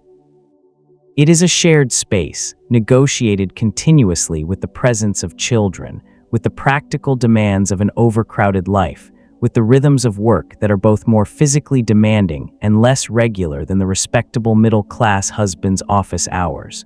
William comes home from work exhausted in a different way from George's exhaustion. His exhaustion is in his body, his arms, his back, his feet.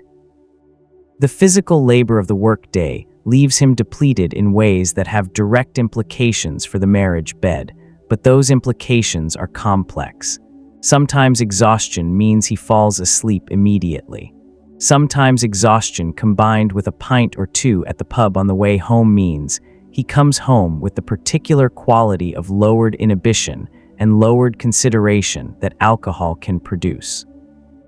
Alice manages this with the same combination of patience and pragmatic strategy that the advice books, not that she reads the advice books, which are aimed at a different class entirely, recommend. She has her own strategies, her own ways of navigating the particular geography of her marriage.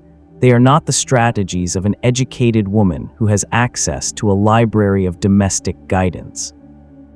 They are the strategies of someone who has learned from her mother and her neighbors and her own years of experience how to live within the particular pressures of her particular life.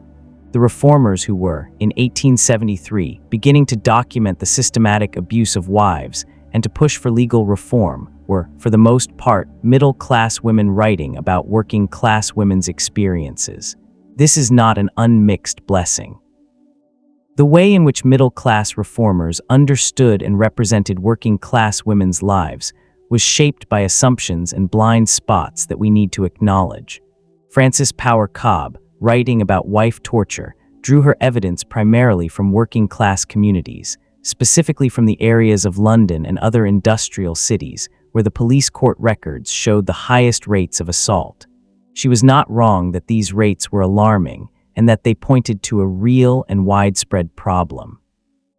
But her analysis sometimes slipped from the specific, the very real problem of physical violence in some working-class marriages, to the general assumption that working-class marriages were, as a category, more brutal and more violent than middle-class ones. This assumption was convenient for the middle class, for obvious reasons. If wife abuse was fundamentally a working-class problem, then the respectable middle-class home could remain an island of civilization in which such things did not occur.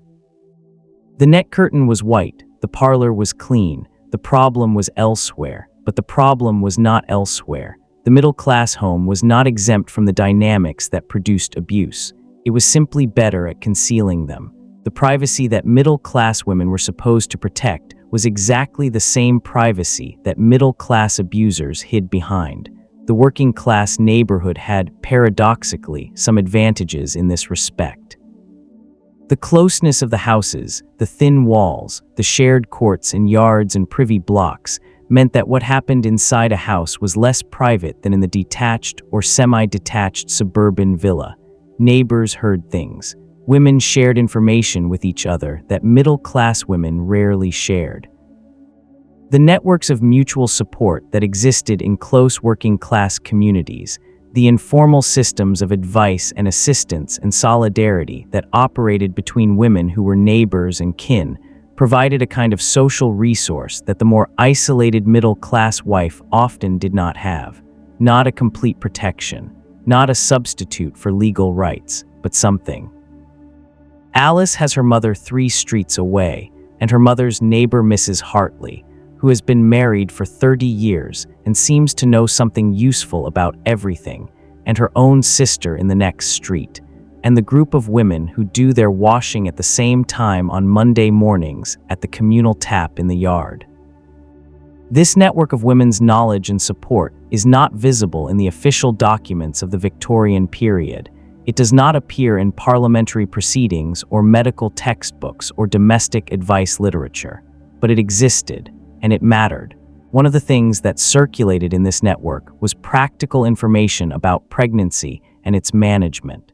This is the other crucial difference between Alice's experience of the marriage bed and Ellen's.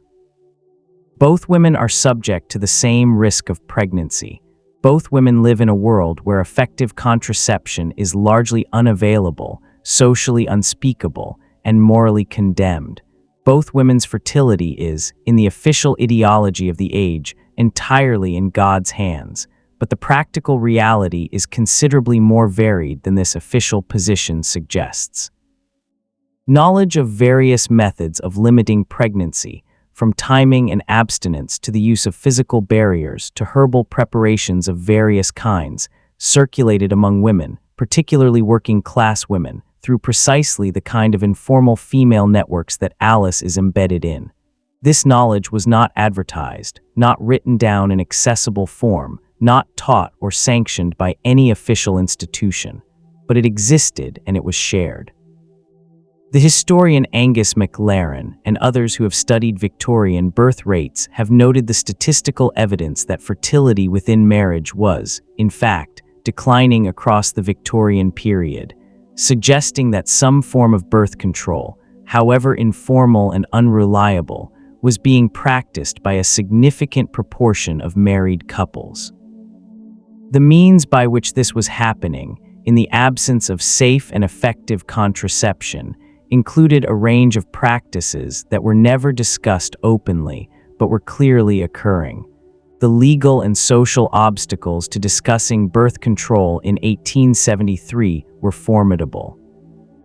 The Obscene Publications Act of 1857 was used against publications that provided information about contraception, the most famous case being the prosecution of Charles Bradlaugh and Annie Besant in 1877 for republishing an American pamphlet on the subject. But the prosecution, paradoxically, increased public awareness of the issues involved, and the sale of information about birth control, though legally precarious, continued. For working-class women like Alice, the primary concern about repeated pregnancy was not primarily ideological.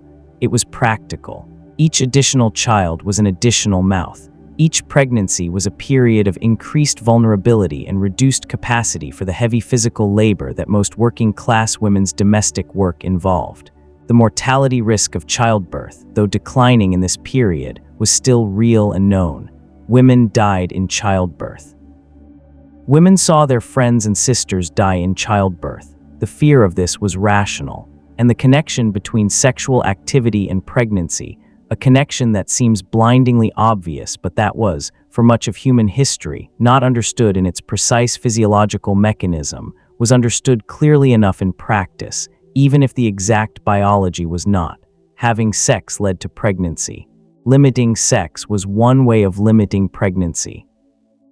This created a very specific kind of negotiation in the working-class marriage bed. The wife who wanted to limit her pregnancies was negotiating with the same legal framework as the middle-class wife, but with the additional urgency of knowing exactly what another pregnancy would mean in material terms. Her husband had legal rights over her body. She had a very clear reason to limit the exercise of those rights. The negotiation between these two facts was one of the central ongoing negotiations of her married life, and it was conducted without language, without law, without any official support whatsoever. The coals in the kitchen grate have been banked for the night. The children are asleep in the room above. The house is cold beyond the circle of warmth around the fire. Alice is mending by firelight. She has the particular focused quiet of someone doing something familiar and not particularly difficult, something that requires just enough attention to organize the hands and none to organize the mind. She is thinking about what her sister told her last week, that her sister's husband has been drinking more since the mill cut back his hours, and that things have been difficult. She does not think of her own life as difficult. She thinks of it as life. The distinction matters. And as the night deepens around us, let us move somewhere else entirely. Let us look at those for whom the marriage bed was not a negotiation within an accepted structure, but a site of active, conscious, and courageous resistance. The women who said no in the divorce court records of 1873, there are women whose names and cases have been largely forgotten by history, but whose stories are among the most illuminating documents of the Victorian period. The Divorce and Matrimonial Causes Act of 1857 had created, for the first time in England, a civil court with jurisdiction over divorce and matrimonial matters, making the legal dissolution of marriage theoretically accessible to ordinary people for the first time. Before 1857, divorce required a private act of Parliament, a procedure so expensive and so rare that it was, in practice, available only to the very wealthy. After 1857, divorce became cheaper and more accessible, though it remained expensive enough that it was still largely a middle-class phenomenon and above. The working class, largely excluded from the divorce courts by cost, managed marriage breakdown through separation, simply living apart, sometimes formalized through magistrates' court separation orders, sometimes entirely informal.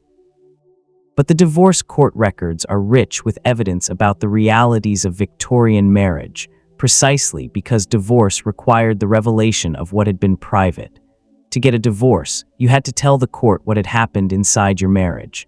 And the things that were told in those courtrooms are, at times, extraordinary in their bluntness, their detail, and their implicit commentary on the ideology of wifely submission and conjugal duty. Women petitioned for divorce on grounds of cruelty and adultery combined, A wife could not petition solely on grounds of adultery, as a husband could. She needed to prove an aggravating factor as well, yet another legal asymmetry. The cruelty cases, in particular, required detailed evidence of what had been endured. Consider a composite picture drawn from the kinds of cases that appeared in the courts in this period. A woman married for 15 years petitions for a judicial separation on grounds of cruelty. She is the wife of a solicitor. She is educated, intelligent, careful in her expression. She gives evidence about years of behavior that she details with a precision that suggests she has rehearsed every word, not because she is performing, but because she is determined that her experience will be recorded exactly as it was. She describes a husband who exercised his conjugal rights, as she puts it, with frequency and complete disregard for her condition. She had been pregnant 6 times, she says. She had asked him, on multiple occasions when she was newly delivered and in poor health, to leave her alone. He had not. She describes the legal framework within which she lived as clearly as if she had read the relevant chapters of Blackstone's commentaries, which she has not. She is simply reporting her own experience in the most accurate terms available to her. She understood, she tells the court, that she had no right of refusal. She had been told this by her husband explicitly on more than one occasion. The judge listens. The legal counsel cross-examines. The record is made. She is granted her separation order. And her case disappears into the archives. What is notable about this case, and about hundreds like it in the records of the Victorian divorce courts, is not the extraordinary quality of the suffering it describes. The suffering was not extraordinary. It was common. It was, in various degrees of severity, the ordinary experience of a significant proportion of married women. What is notable is the act of naming it, of bringing it before a court and saying, "This happened to me, it was wrong, and I am asking the law to recognize that it was wrong." Because this act of naming, this insistence that what happened behind the closed bedroom door was a public matter, subject to legal scrutiny and moral judgment, was itself a form of resistance to one of the most powerful elements of the Victorian ideology of marriage, the ideology of privacy. The marriage was private. What happened in it was nobody else's business. A woman who took her marital troubles to a court was, in the eyes of many of her contemporaries, not a victim seeking justice, but a bad wife who had failed in the fundamental duty of discretion. The women who went to the courts anyway were, in the most practical possible sense, pushing against this. They were saying by their actions, if not always in these words, "My suffering is real and it matters, and the privacy that is being used to protect it is a privacy that serves my husband's interests, not mine."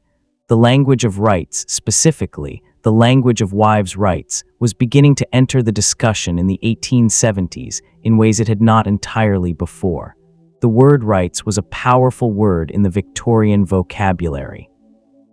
It was associated with the liberal tradition, with the great philosophical and political arguments about the proper basis of authority and the proper limits of power. The claim that wives had rights, not just that their husbands had duties to treat them well, but that they had positive rights that could not be waived and could not be overridden, was a conceptually significant shift. Elizabeth Wolstenholme, one of the leading figures in the Married Women's Property campaign, was among the clearest in articulating this shift. She argued that the legal reform of marriage was not a matter of asking men to be kinder to their wives. It was a matter of recognizing that women were persons in the full legal sense, that they had the same fundamental rights as men, and that any law which denied them those rights was simply wrong. This argument was considered, by many of its opponents, to be a threat to the family and therefore to civilization. The family was the foundation of society. The family required the authority of the husband as its organizing principle. Undermining that authority, granting wives independent legal standing, giving them rights against their husbands, would dissolve the family into a collection of competing individuals with no organizing principle at all. The counter-argument that a family built on coercion rather than genuine mutual respect was not the kind of foundation that civilization should want, was made clearly and repeatedly by the reformers. But it was an argument that required its hearers to take women's experiences seriously, and many of the people with the power to change the law were not yet ready to do that. The women who appeared in the divorce courts in 1873 were not making theoretical arguments. They were reporting specific facts about specific events in specific bedrooms, but in doing so they were, collectively and without always knowing it, contributing to the slow accumulation of evidence and testimony that would eventually shift the law. Change comes slowly. It comes through individual acts of saying, "This is wrong." And sometimes, sitting quietly in the archive, you find a woman who said it clearly in her own words before the law was ready to fully hear her. Let us honor that. The fire in the grate in the consulting room, in the drawing room, in Alice's kitchen, in the bedroom where Ellen lies awake, all these fires are burning lower now. The night is at its deepest. The clock on the mantelpiece has moved past the middle hours and is turning toward the early ones. In the distance, very faintly, you can hear the first sounds of the morning beginning to organize themselves. A cart somewhere, a dog, the far-off crow of a rooster. We are not finished. There is more to tell. But let us move more gently, now, into the darker corners of this world, the things that were barely spoken of, the arrangements and exceptions and shadow lives that ran alongside the official account of Victorian marriage. And as the night deepens, and the first faint signs of morning are still hours away, let us look at what happened at the edges of the Victorian marriage system. The edges of the map, there are things that the official account of Victorian marriage does not contain.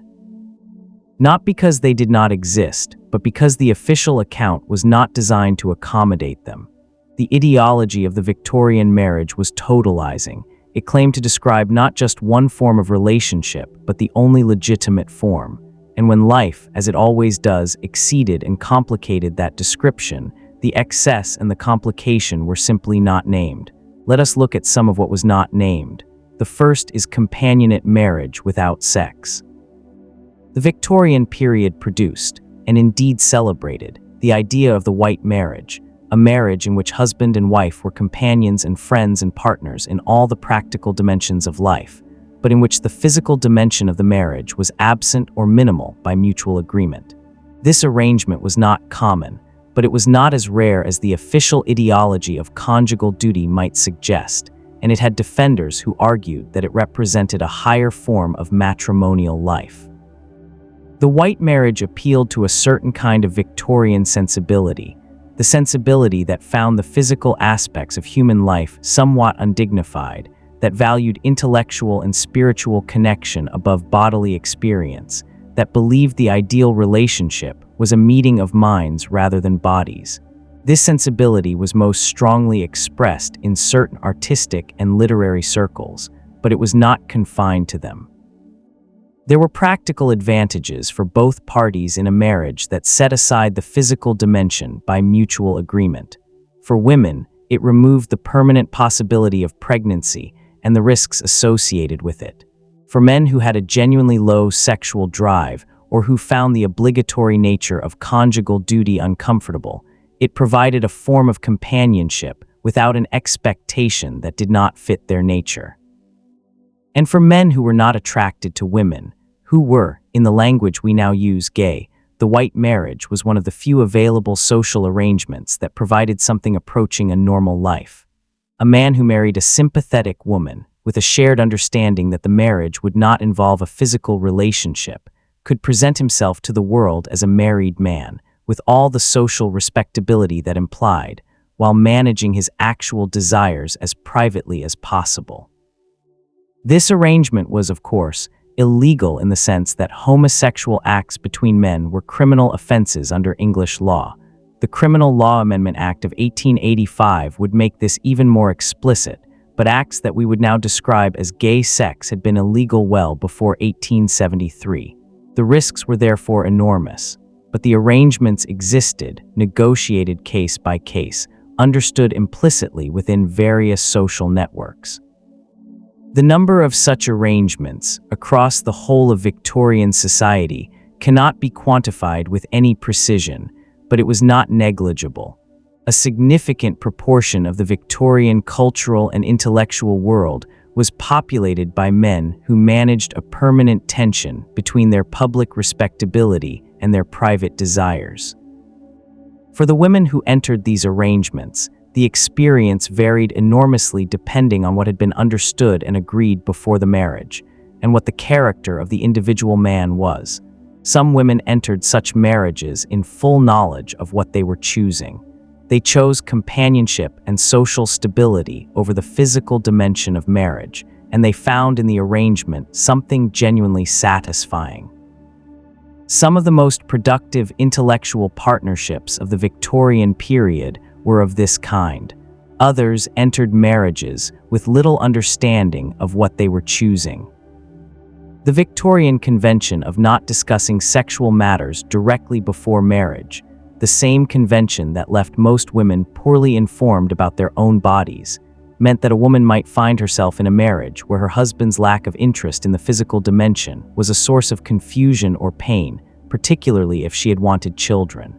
The silence around all of this is by now familiar. These were not things that could be spoken of openly. The second thing at the edges of the map is pleasure. The official Victorian account of the marriage bed allowed very little room for female sexual pleasure. The dominant medical opinion said women had little sexual feeling. The dominant moral framework said that sexual activity was primarily for procreation. The dominant cultural narrative said that the wife's role was accommodation and the husband's role was need. But women had bodies, and bodies, regardless of ideology, respond to experience. The diaries and letters of Victorian women, when read carefully and without the expectation that they will conform to the official account, reveal a considerably more varied reality. Some women wrote about their physical relationships with their husbands with a directness that is startling in its contrast to the official repression. Not many did. The risks of committing such things to paper were real, and the capacity to destroy private papers on one's deathbed or instruct a trusted person to do so was something that many people used. But some documents survived, and they are revealing. What they reveal is that there were women who found genuine pleasure in their marriages, who enjoyed the physical dimension of their relationships, whose husbands were considerate and attentive and genuinely concerned with their wives' experience, whose marriages were, in their intimacy as in their other dimensions, genuinely companionate. The existence of these marriages does not erase the suffering we have been discussing. The two things are simultaneously true. The system created conditions for widespread harm, and some individuals within that system managed to create something genuinely good. This is always how oppressive systems work. The harm is structural. The good is individual. The good does not excuse the structure. But it matters to say that the Victorian marriage bed was not uniformly miserable, because part of what makes historical suffering real is understanding what the positive alternative looked like, understanding that the people who suffered were not simply accepting what they had to accept because they had no idea there was anything else. They were sometimes suffering precisely because they knew there was something else, and they did not have it. And the third thing at the edges of the map is agency.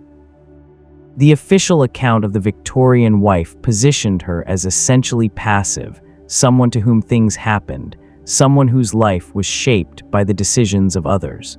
This account was always an inadequate description of how women actually lived. Women exercised agency. Within the constraints of their situation, they found ways to influence outcomes, to protect themselves and their children, to build relationships that served their genuine needs, to resist what needed to be resisted and accommodate what was genuinely worth accommodating. This agency was often invisible in the official records because it operated informally, in ways that the official records were not designed to capture. The network of women's knowledge that Alice participated in, the strategies of gentle management that the advice literature recommended, and that real women deployed in more sophisticated forms, the cultivation of friendships and alliances that provided emotional support outside the marriage. All of these were forms of agency, constrained but real. Ellen's nightly reading by candlelight after George falls asleep, this too is a form of agency. It is the preservation of a private self, a space that belongs entirely to her, a practice that no ideology of wifely duty is quite powerful enough to reach. The Victorian marriage bed was a site of legal subjection, ideological constraint, medical misunderstanding, and genuine harm. It was also a site where human beings lived their actual lives, in all their complexity, their resourcefulness, their capacity for joy and endurance and creation. Both of these things are true. Both need to be held.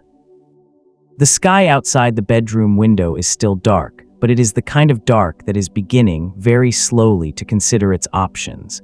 The stars, if you could see them through the cloud, would be fading at their edges. The birds are still silent. We have been in this world for several hours now. Let us go a little further. Meanwhile, in another quiet corner of history, something was changing, slowly, imperfectly, but definitely changing. The slowly changing world change comes to history the way weather comes to a landscape. Not all at once, not in a single dramatic transformation, but in a series of small and large shifts that accumulate over time until the landscape you are standing in looks different from the landscape your grandmother described. The 1870s were a decade of accumulating change in the legal and cultural situation of married women in England, and it is worth tracing some of these changes carefully because they are evidence of the system beginning to reckon with its own contradictions. The Married Women's Property Act of 1870, as we have noted, was a limited but real reform. It established that a married woman could keep her own earnings and her own inheritance in her own name. It did not give her equal property rights, but it was a breach in the doctrine of coverture, a formal legal acknowledgement that the principle of the wife's complete legal subsumption into the husband was not a natural and inevitable law, but a convention that could be changed. The significance of this acknowledgement should not be underestimated. Conventions that have been presented as natural law are very difficult to change precisely because they are not argued about, they are simply assumed. The moment you admit that the convention is conventional, that it was chosen, can be changed, you have already begun its transformation. The political campaign for further reform was active throughout the 1870s. The women's suffrage movement, formally organized since the 1860s, had not yet achieved its primary goal, but had succeeded in establishing the legitimacy of the question, in making it possible to say, in public and without being dismissed as a lunatic, that women should have the right to vote. The connection between property rights, marital rights, and political rights was articulated clearly by the women who worked in all these campaigns simultaneously. They were, many of them, the same women. Josephine Butler, Frances Power Cobb, Elizabeth Wolstenholme, Millicent Fawcett, these names recur across all the campaigns of the period, because the women who had the intelligence and the passion and the courage to see what was wrong and say so publicly tended to see the connections between things and to work on multiple fronts. And the connection was clear. A woman who had no legal standing as an individual, who could not own property in her own name, who had no right to refuse her husband physical access to her body, who could not vote to change the laws under which she lived, this woman was not a citizen. She was a dependent, and the political change that the suffrage campaign was pursuing would, if achieved, give her the tools to change all the rest. This argument was not universally accepted even within the women's rights movement. There were women who focused narrowly on the property rights campaign and were uncomfortable with the broader political implications. There were women who argued that the primary cause was moral purity reform, the end of the Contagious Diseases Acts, the reform of the laws around marriage and domestic violence, and that the suffrage campaign was a distraction or a provocation. There were women who thought the campaign for female suffrage would make all other reforms harder by provoking a backlash. These disagreements within the movement were real and sometimes bitter. They are part of the history, but the accumulation of reform continued. In 1878, 5 years after our specific moment, the Matrimonial Causes Act would give magistrates the power to grant separation orders to wives whose husbands had been convicted of aggravated assault, the reform that Frances Power Cobb had been advocating, and that would bear the clearest mark of the campaign, she was helping to organize in 1873. In 1882, the Married Women's Property Act would be enormously expanded, giving married women full property rights, the right to own, buy, sell, and inherit property in their own names, independent of their husbands. This was a fundamental reform of coverture, though it did not abolish it entirely. These changes were not dramatic in their individual moments. They did not transform the situation of married women overnight. The law is a very slow instrument for social change, and changes in law are generally followed, at some distance and with considerable friction, by changes in attitude, behavior, and lived experience. But they were real, and the lives being lived in 1873, the lives we have been tracing through these hours, were in some small but genuine way contributing to them. The woman who appeared before the divorce court and named what had been done to her. The reformer who gathered evidence and wrote pamphlets and lobbied Parliament. The novelist who made the structure of the Victorian marriage visible through the story of an individual woman's suffering. The ordinary wife who developed her own strategies of management and resistance within a system she could not legally challenge. All of these, in their different registers, were part of the slow movement toward change. This is not a triumphalist story. The changes that came were incomplete, and they came too late for many of the women whose lives we have been visiting. The legal right of a husband to non-consensual sex within marriage was not formally abolished in English law until 1991. The echoes of what we have been describing reach, in various forms, much closer to the present than is always comfortable to acknowledge. But the story moves. It does not stay still. And perhaps that is the most important thing to hold on to in these late hours, as the darkness begins its almost imperceptible lightening outside the window. It did not stay still. In the bedroom that we have been returning to throughout this long night, Ellen has put down her book. The candle is nearly finished. The stub of pale wax is barely an inch now, the flame very small, bent slightly by the same draft from beneath the door that has been blowing through these pages since we arrived. George is asleep, his breathing slow and regular. The baby has been quiet for 3 hours, which is the longest stretch Ellen has had in weeks, and she is aware of this with the particular vigilance of a parent who knows that the quiet is almost certainly temporary. She lies on her back and looks at the ceiling. The last small light from the candle stub flickers across it, making the shadows move very slightly, the way shadows in old houses always move at night, responding to the smallest changes in the air. She is thinking not anxiously, not happily, just thinking about a conversation she had last week with her neighbor, a woman named Clara who had mentioned, almost in passing, that she had been reading one of those new pamphlets about the Property Act. Ellen had said something non-committal. She had not read the pamphlet, but she has thought about the conversation several times since. She does not think of herself as a radical person. She does not particularly want the vote, as far as she can tell. She is not sure she has the energy for any of it, but something in her responds to the idea, barely formed, barely articulable, that the arrangement of the world might be different than it is, that the things that feel like laws of nature might be conventions instead. The candle goes out. The room is dark. The clock on the mantelpiece keeps its patient time. And as the night deepens toward its end, and the world outside the bedroom window begins, very slowly, to consider the possibility of morning, let us look at something we have not yet examined. The children born into this world and what they were taught. The children and what they learned. The boy is 6 years old. His name is Thomas. He sleeps in the room next to his parents' bedroom, in a white painted iron bed with a quilt that his grandmother made before Thomas was born, a quilt in the log cabin pattern with squares of a dozen different fabrics.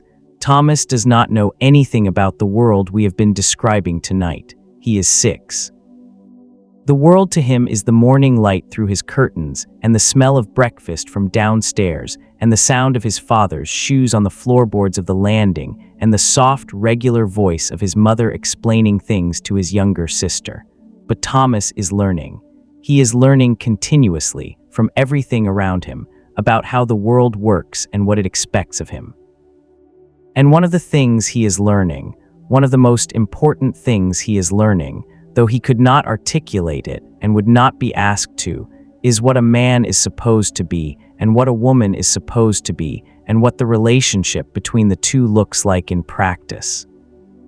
He learns this from his parents' behavior at the dinner table, where his father carves and his mother serves, and his father's opinion on any matter is the one that settles discussion, and his mother's opinions, when offered at all, are offered with a deference that has become so natural it is barely noticeable. He learns it from his parents' interactions when his father comes home, the way his mother's attention immediately reorients, the way the household adjusts itself to accommodate the returned breadwinner, the way his father receives all of this as simply the natural order of things. He learns it from the books he reads, in which men go out and do things and women stay home and wait, from the games he plays, in which boys are soldiers and girls are nurses or mothers, from the Sunday school lessons about the Christian household, in which the husband leads and the wife follows and the children obey. By the time Thomas is 10, the lesson will be deeply established. By the time he is 20, it will be invisible, not a lesson at all, just the way things are. And in the bedroom of the house where he will eventually bring his own wife, the invisible lesson will have its consequences, as invisible lessons always do. This is how it continues. This is how any unjust system continues, not primarily through explicit instruction, but through the imitation of models so pervasive that they seem like nature rather than culture. The child who grows up in a household organized around a particular hierarchy does not learn the hierarchy as a lesson. They learn it as reality, and reality is very much harder to question than a lesson. The girl, Thomas's sister, who is 4 years old and sleeping in the same room as her brother in a smaller version of the white painted iron bed, is learning a somewhat different set of lessons. She is learning that her opinions matter less than her brother's. Not because anyone tells her this directly, she would not be told it directly, because the ideology she is being raised within requires a genuine affection for women even as it organizes their subordination. She is a beloved child. She is cherished. But the cherishing comes with a frame around it, a set of expectations about what she will grow up to be, and within that frame her opinions matter slightly less, her needs are slightly more negotiable, her future is already more or less determined. She will be educated. Her parents believe in education for girls up to a point. She will be taught to read and write and do arithmetic. She will learn some French and some music and some drawing, the accomplishments that the domestic education of middle-class girls was organized around. She will be prepared for marriage, as thoroughly and as well as her family can manage. She will not be prepared for any of the things we have been discussing tonight, not because her parents are cruel or indifferent, but because those things are not in the curriculum. They are not part of the education of a Victorian girl, because the education of a Victorian girl is built around an ideal, the ideal of the pure, accomplished, submissive, cheerful wife, and the gap between that ideal and the lived reality we have been exploring is precisely what the education is designed not to address.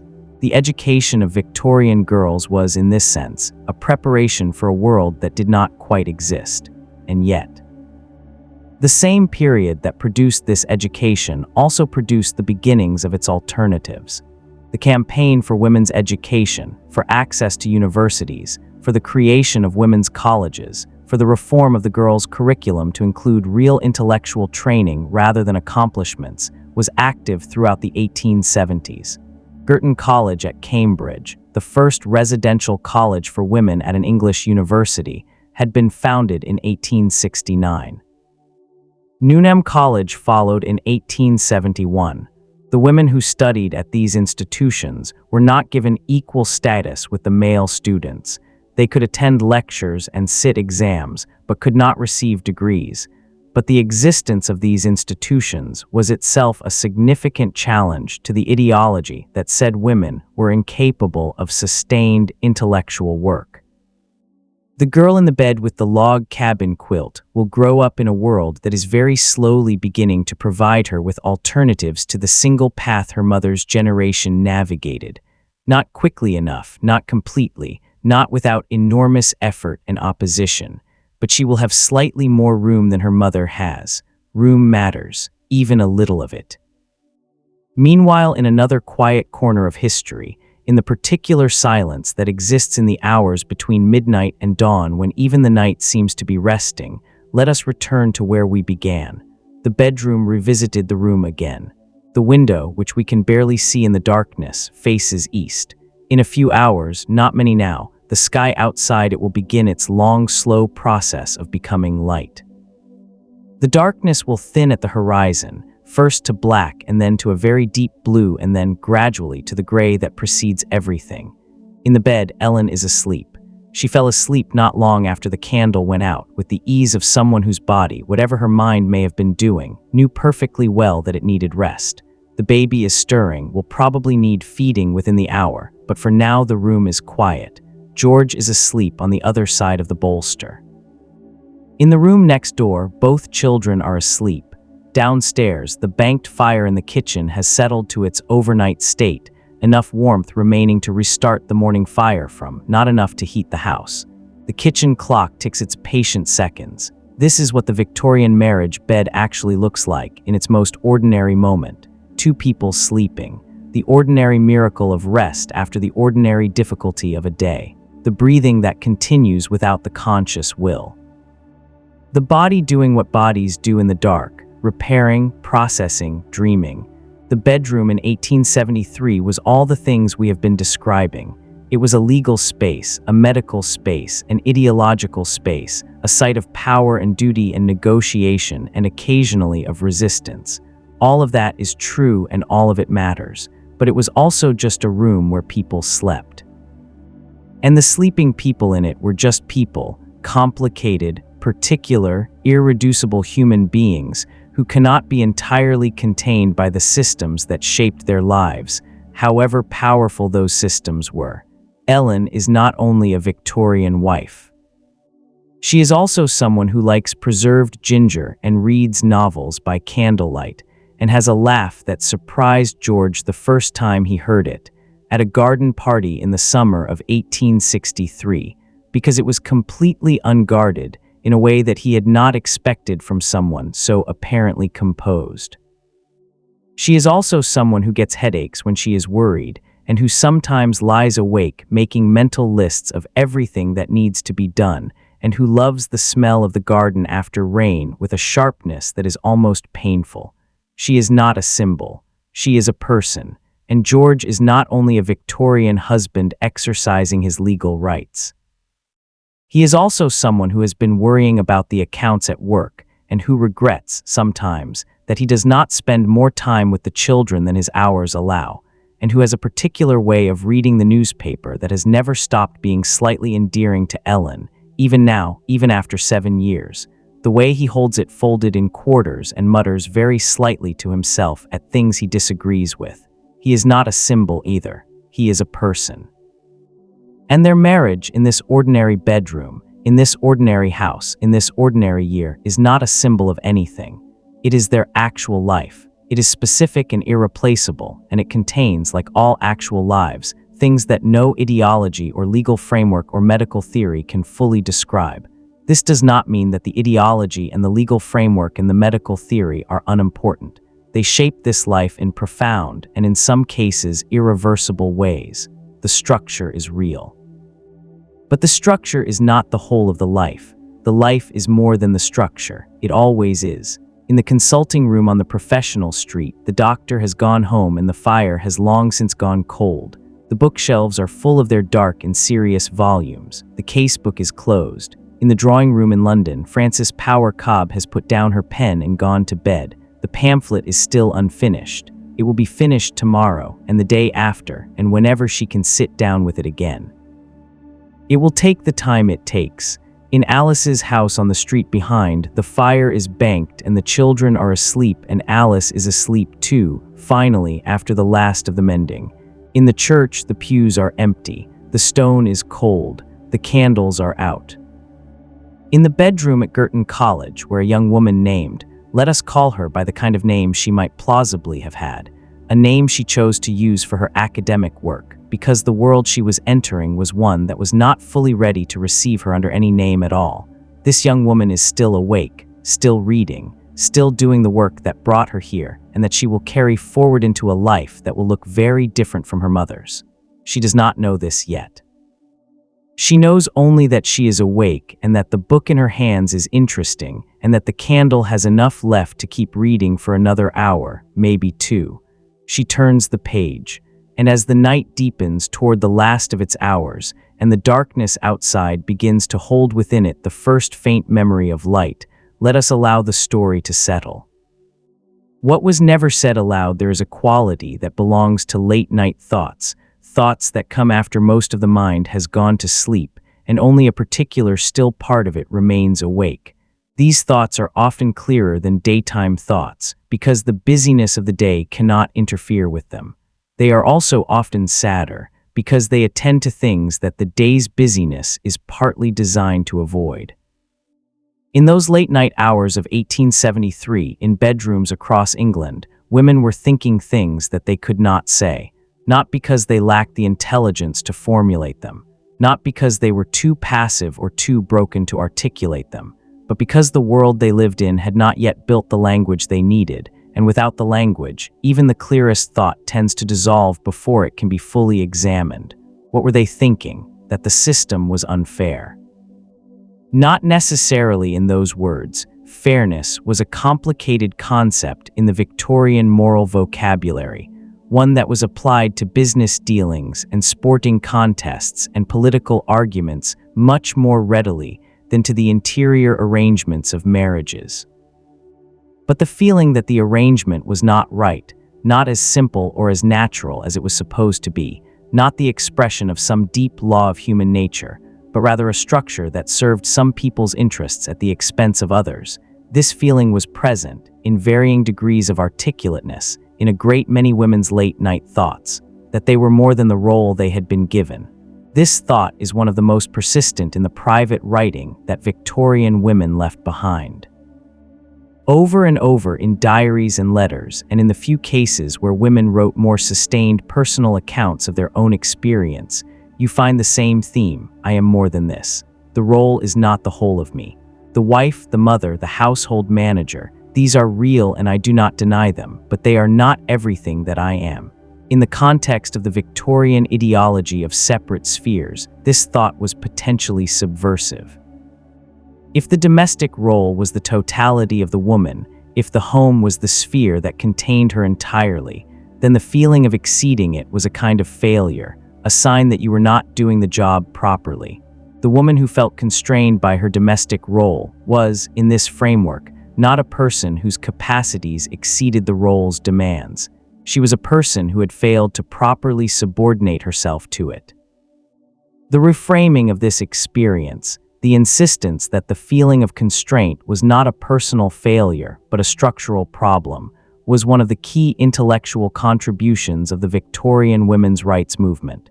It required a significant conceptual shift, from understanding women's dissatisfaction as evidence of women's inadequacy to understanding it as evidence of the inadequacy of the system, that they deserved to be heard. Not necessarily in the dramatic public sense, many of the women thinking these thoughts in the late-night hours of 1873 did not want to be public figures, had no ambition for the visible kind of advocacy that Cobb and Butler and others were engaged in, but in the simpler sense of wanting their experience to count. Wanting someone to acknowledge that what they felt was real, that what they endured mattered, that the gap between what the ideology said their lives were and what their lives actually were was not invisible. This desire to be heard, this basic human need for acknowledgement, is present in so much of what Victorian women left behind. The diarists who wrote detailed accounts of their private experience, knowing that no one was likely to read them for decades or centuries. The correspondents who found, in their most trusted friendships, the space to say things that the rest of their lives did not allow. The women who appeared before courts and committees and gave careful, precisely worded testimony about the most intimate details of their lives at great personal cost. They wanted to be heard, and we are, in these hours, listening. This is not a small thing. The act of attending to experiences that were silenced, of taking seriously what was dismissed, of trying to understand from the inside what it felt like to live in a system that the people within it could often not even name. This act of historical imagination is a form of the acknowledgement that was so often denied. It does not undo anything. It does not change the lives that were actually lived. But it changes the relationship between the past and the present, and that relationship is one of the things that makes us who we are. The sky is changing. You cannot yet call it dawn. Dawn requires commitment, and the sky right now is still in the process of deciding. But there is a quality to the darkness that was not there an hour ago, a faint suggestion of dark blue where there was only black before, a slight perceptible reduction in the density of the night. The first birds are beginning, tentatively, to consider the day. A single song sparrow, somewhere in the garden, has started on the first few notes of its morning call, then stopped, then started again, working out the morning's theme. The house is still and will be still for another hour, maybe two. In the bedroom, in the white linen, in the particular kind of deep sleep that comes just before the body begins its preparation for waking, Ellen is dreaming. We do not know what she is dreaming. We cannot know. The Victorian marriage bed held, among everything else, the dream life of its occupants, the inner world that no law could touch, no ideology could fully colonize, no advice literature could reach. In that world, she is entirely herself. The long shadow history casts shadows. The things that happened in the bedrooms of Victorian England, the legal framework that made wives' bodies available to their husbands as a matter of right, the medical ideology that denied women a sexual nature of their own, the domestic ideology that positioned women's accommodation as their highest virtue, the silence that protected all of this from scrutiny. These things did not simply disappear when the laws changed or the century ended. They left legacies. The doctrine of coverture, which made a wife legally invisible, was not fully abolished in English law until 1882 in its property dimensions, and in various forms persisted much longer in others. The legal protection of marital rape as a crime did not arrive until 1991. These are not ancient historical facts. They are recent ones. The grandmother of someone reading this might have been alive when marital rape was still legal in England. The medical ideology that denied women's sexual nature was contested throughout the Victorian period and beyond, and the conversation about what women's sexuality is, what it requires, what its acknowledgement demands of medical practice and social arrangement, this conversation is not finished. Its Victorian chapter was important in setting the terms on which subsequent debates have been conducted. The domestic ideology that positioned women's fulfillment as fundamentally domestic, and any desire that exceeded the domestic sphere as a form of failure or pathology, this ideology also persisted. It was contested, reformed, partially dismantled, and partially preserved in new forms by subsequent generations. The work of dismantling it is not complete, but the shadow cuts in more than one direction. The Victorian period also produced the beginnings of the legal and political infrastructure that made change possible. The campaigns and the reforms and the arguments and the brave women who made them, these too cast their shadow forward. The Married Women's Property Act, the gradual extension of civil divorce, the first women's colleges, the organized suffrage movement, the reformers who named what had been unnamed, who insisted that it be seen. These were also seeds, planted in the late Victorian soil, whose growth can be traced forward through the following century and a half. History is not simply a record of things going wrong, any more than it is simply a record of progress. It is the record of human beings living inside contradictions, the contradiction between the world as it is and the world as it could be, the contradiction between the power that systems give to some and the humanity that all people carry within them regardless. The bedroom in 1873 was a place where this contradiction was lived in its most intimate form. The people who lived in it deserved to be understood in all their complexity, not as symbols, not as victims, not as examples, but as human beings whose lives were shaped by forces they sometimes could not name and sometimes could not resist, but who were never reducible to those forces. They were more than the constraints that contained them. This is always true. This is perhaps the most important thing that history teaches when it is attended to with care. The sky is unambiguously lighter now. Not light, there is still a long way to go before the sun is properly above the horizon. But the darkness has committed to its end, and the blue-gray of early morning is spreading from the east with the particular quality of winter light that is both cold and clean. The sparrow has been joined by others. There is a small, tentative chorus in the garden now, not the full song of summer, just the preliminary notes of a winter morning, careful and quiet.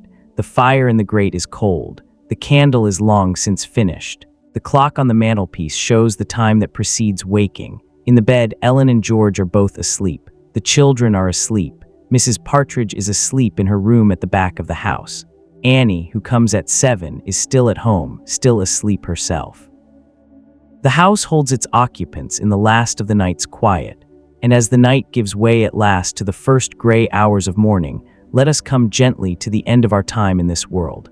The morning that comes there is a moment, in every night that lasts long enough, when the darkness stops being the absence of light and starts being something else. Something that carries within it the memory of morning, the anticipation of it, the sense that the world is preparing itself for what comes next. This is that moment. We have been in this world, in this particular bedroom, in this particular year, in this slow and careful account of what the Victorian marriage bed was and what it cost and what it meant and what lay beneath its carefully maintained surface for many hours now.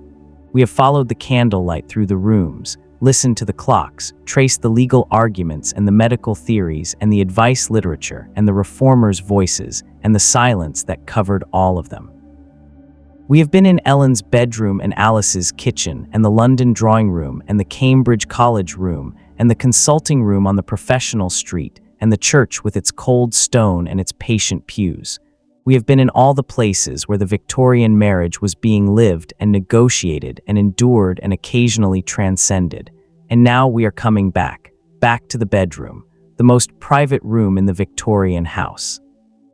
The room where, as we have seen, so much of the most significant and most deliberately unexamined experience of the Victorian life was conducted. It is nearly morning in 1873.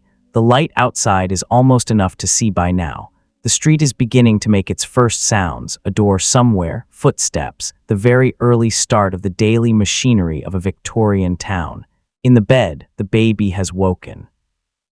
Ellen is awake now too, sitting up in the particular careful way of a person trying not to disturb the person beside them, lifting the baby from the bassinet with practiced quietness and settling back against the pillow and feeding her in the half-dark, the baby's eyes very bright in the gray light, looking up at Ellen with the absolute present tense attention of infancy. This moment, this specific, ordinary, irreplaceable moment, is also part of the Victorian marriage bed, not the legal argument. Not the medical theory, not the ideology of wifely submission or the reformers' pamphlets or the divorce court testimonies. Just this, a woman feeding her baby in the gray light before the household wakes, the warmth of a small body, the absolute simplicity of what the moment requires. History is made of these moments too. The great forces we have been tracing, the law, the medicine, the ideology, the reform campaigns, the cultural battles, these are real and they shaped the lives of real people in ways that mattered enormously. The structural analysis is necessary.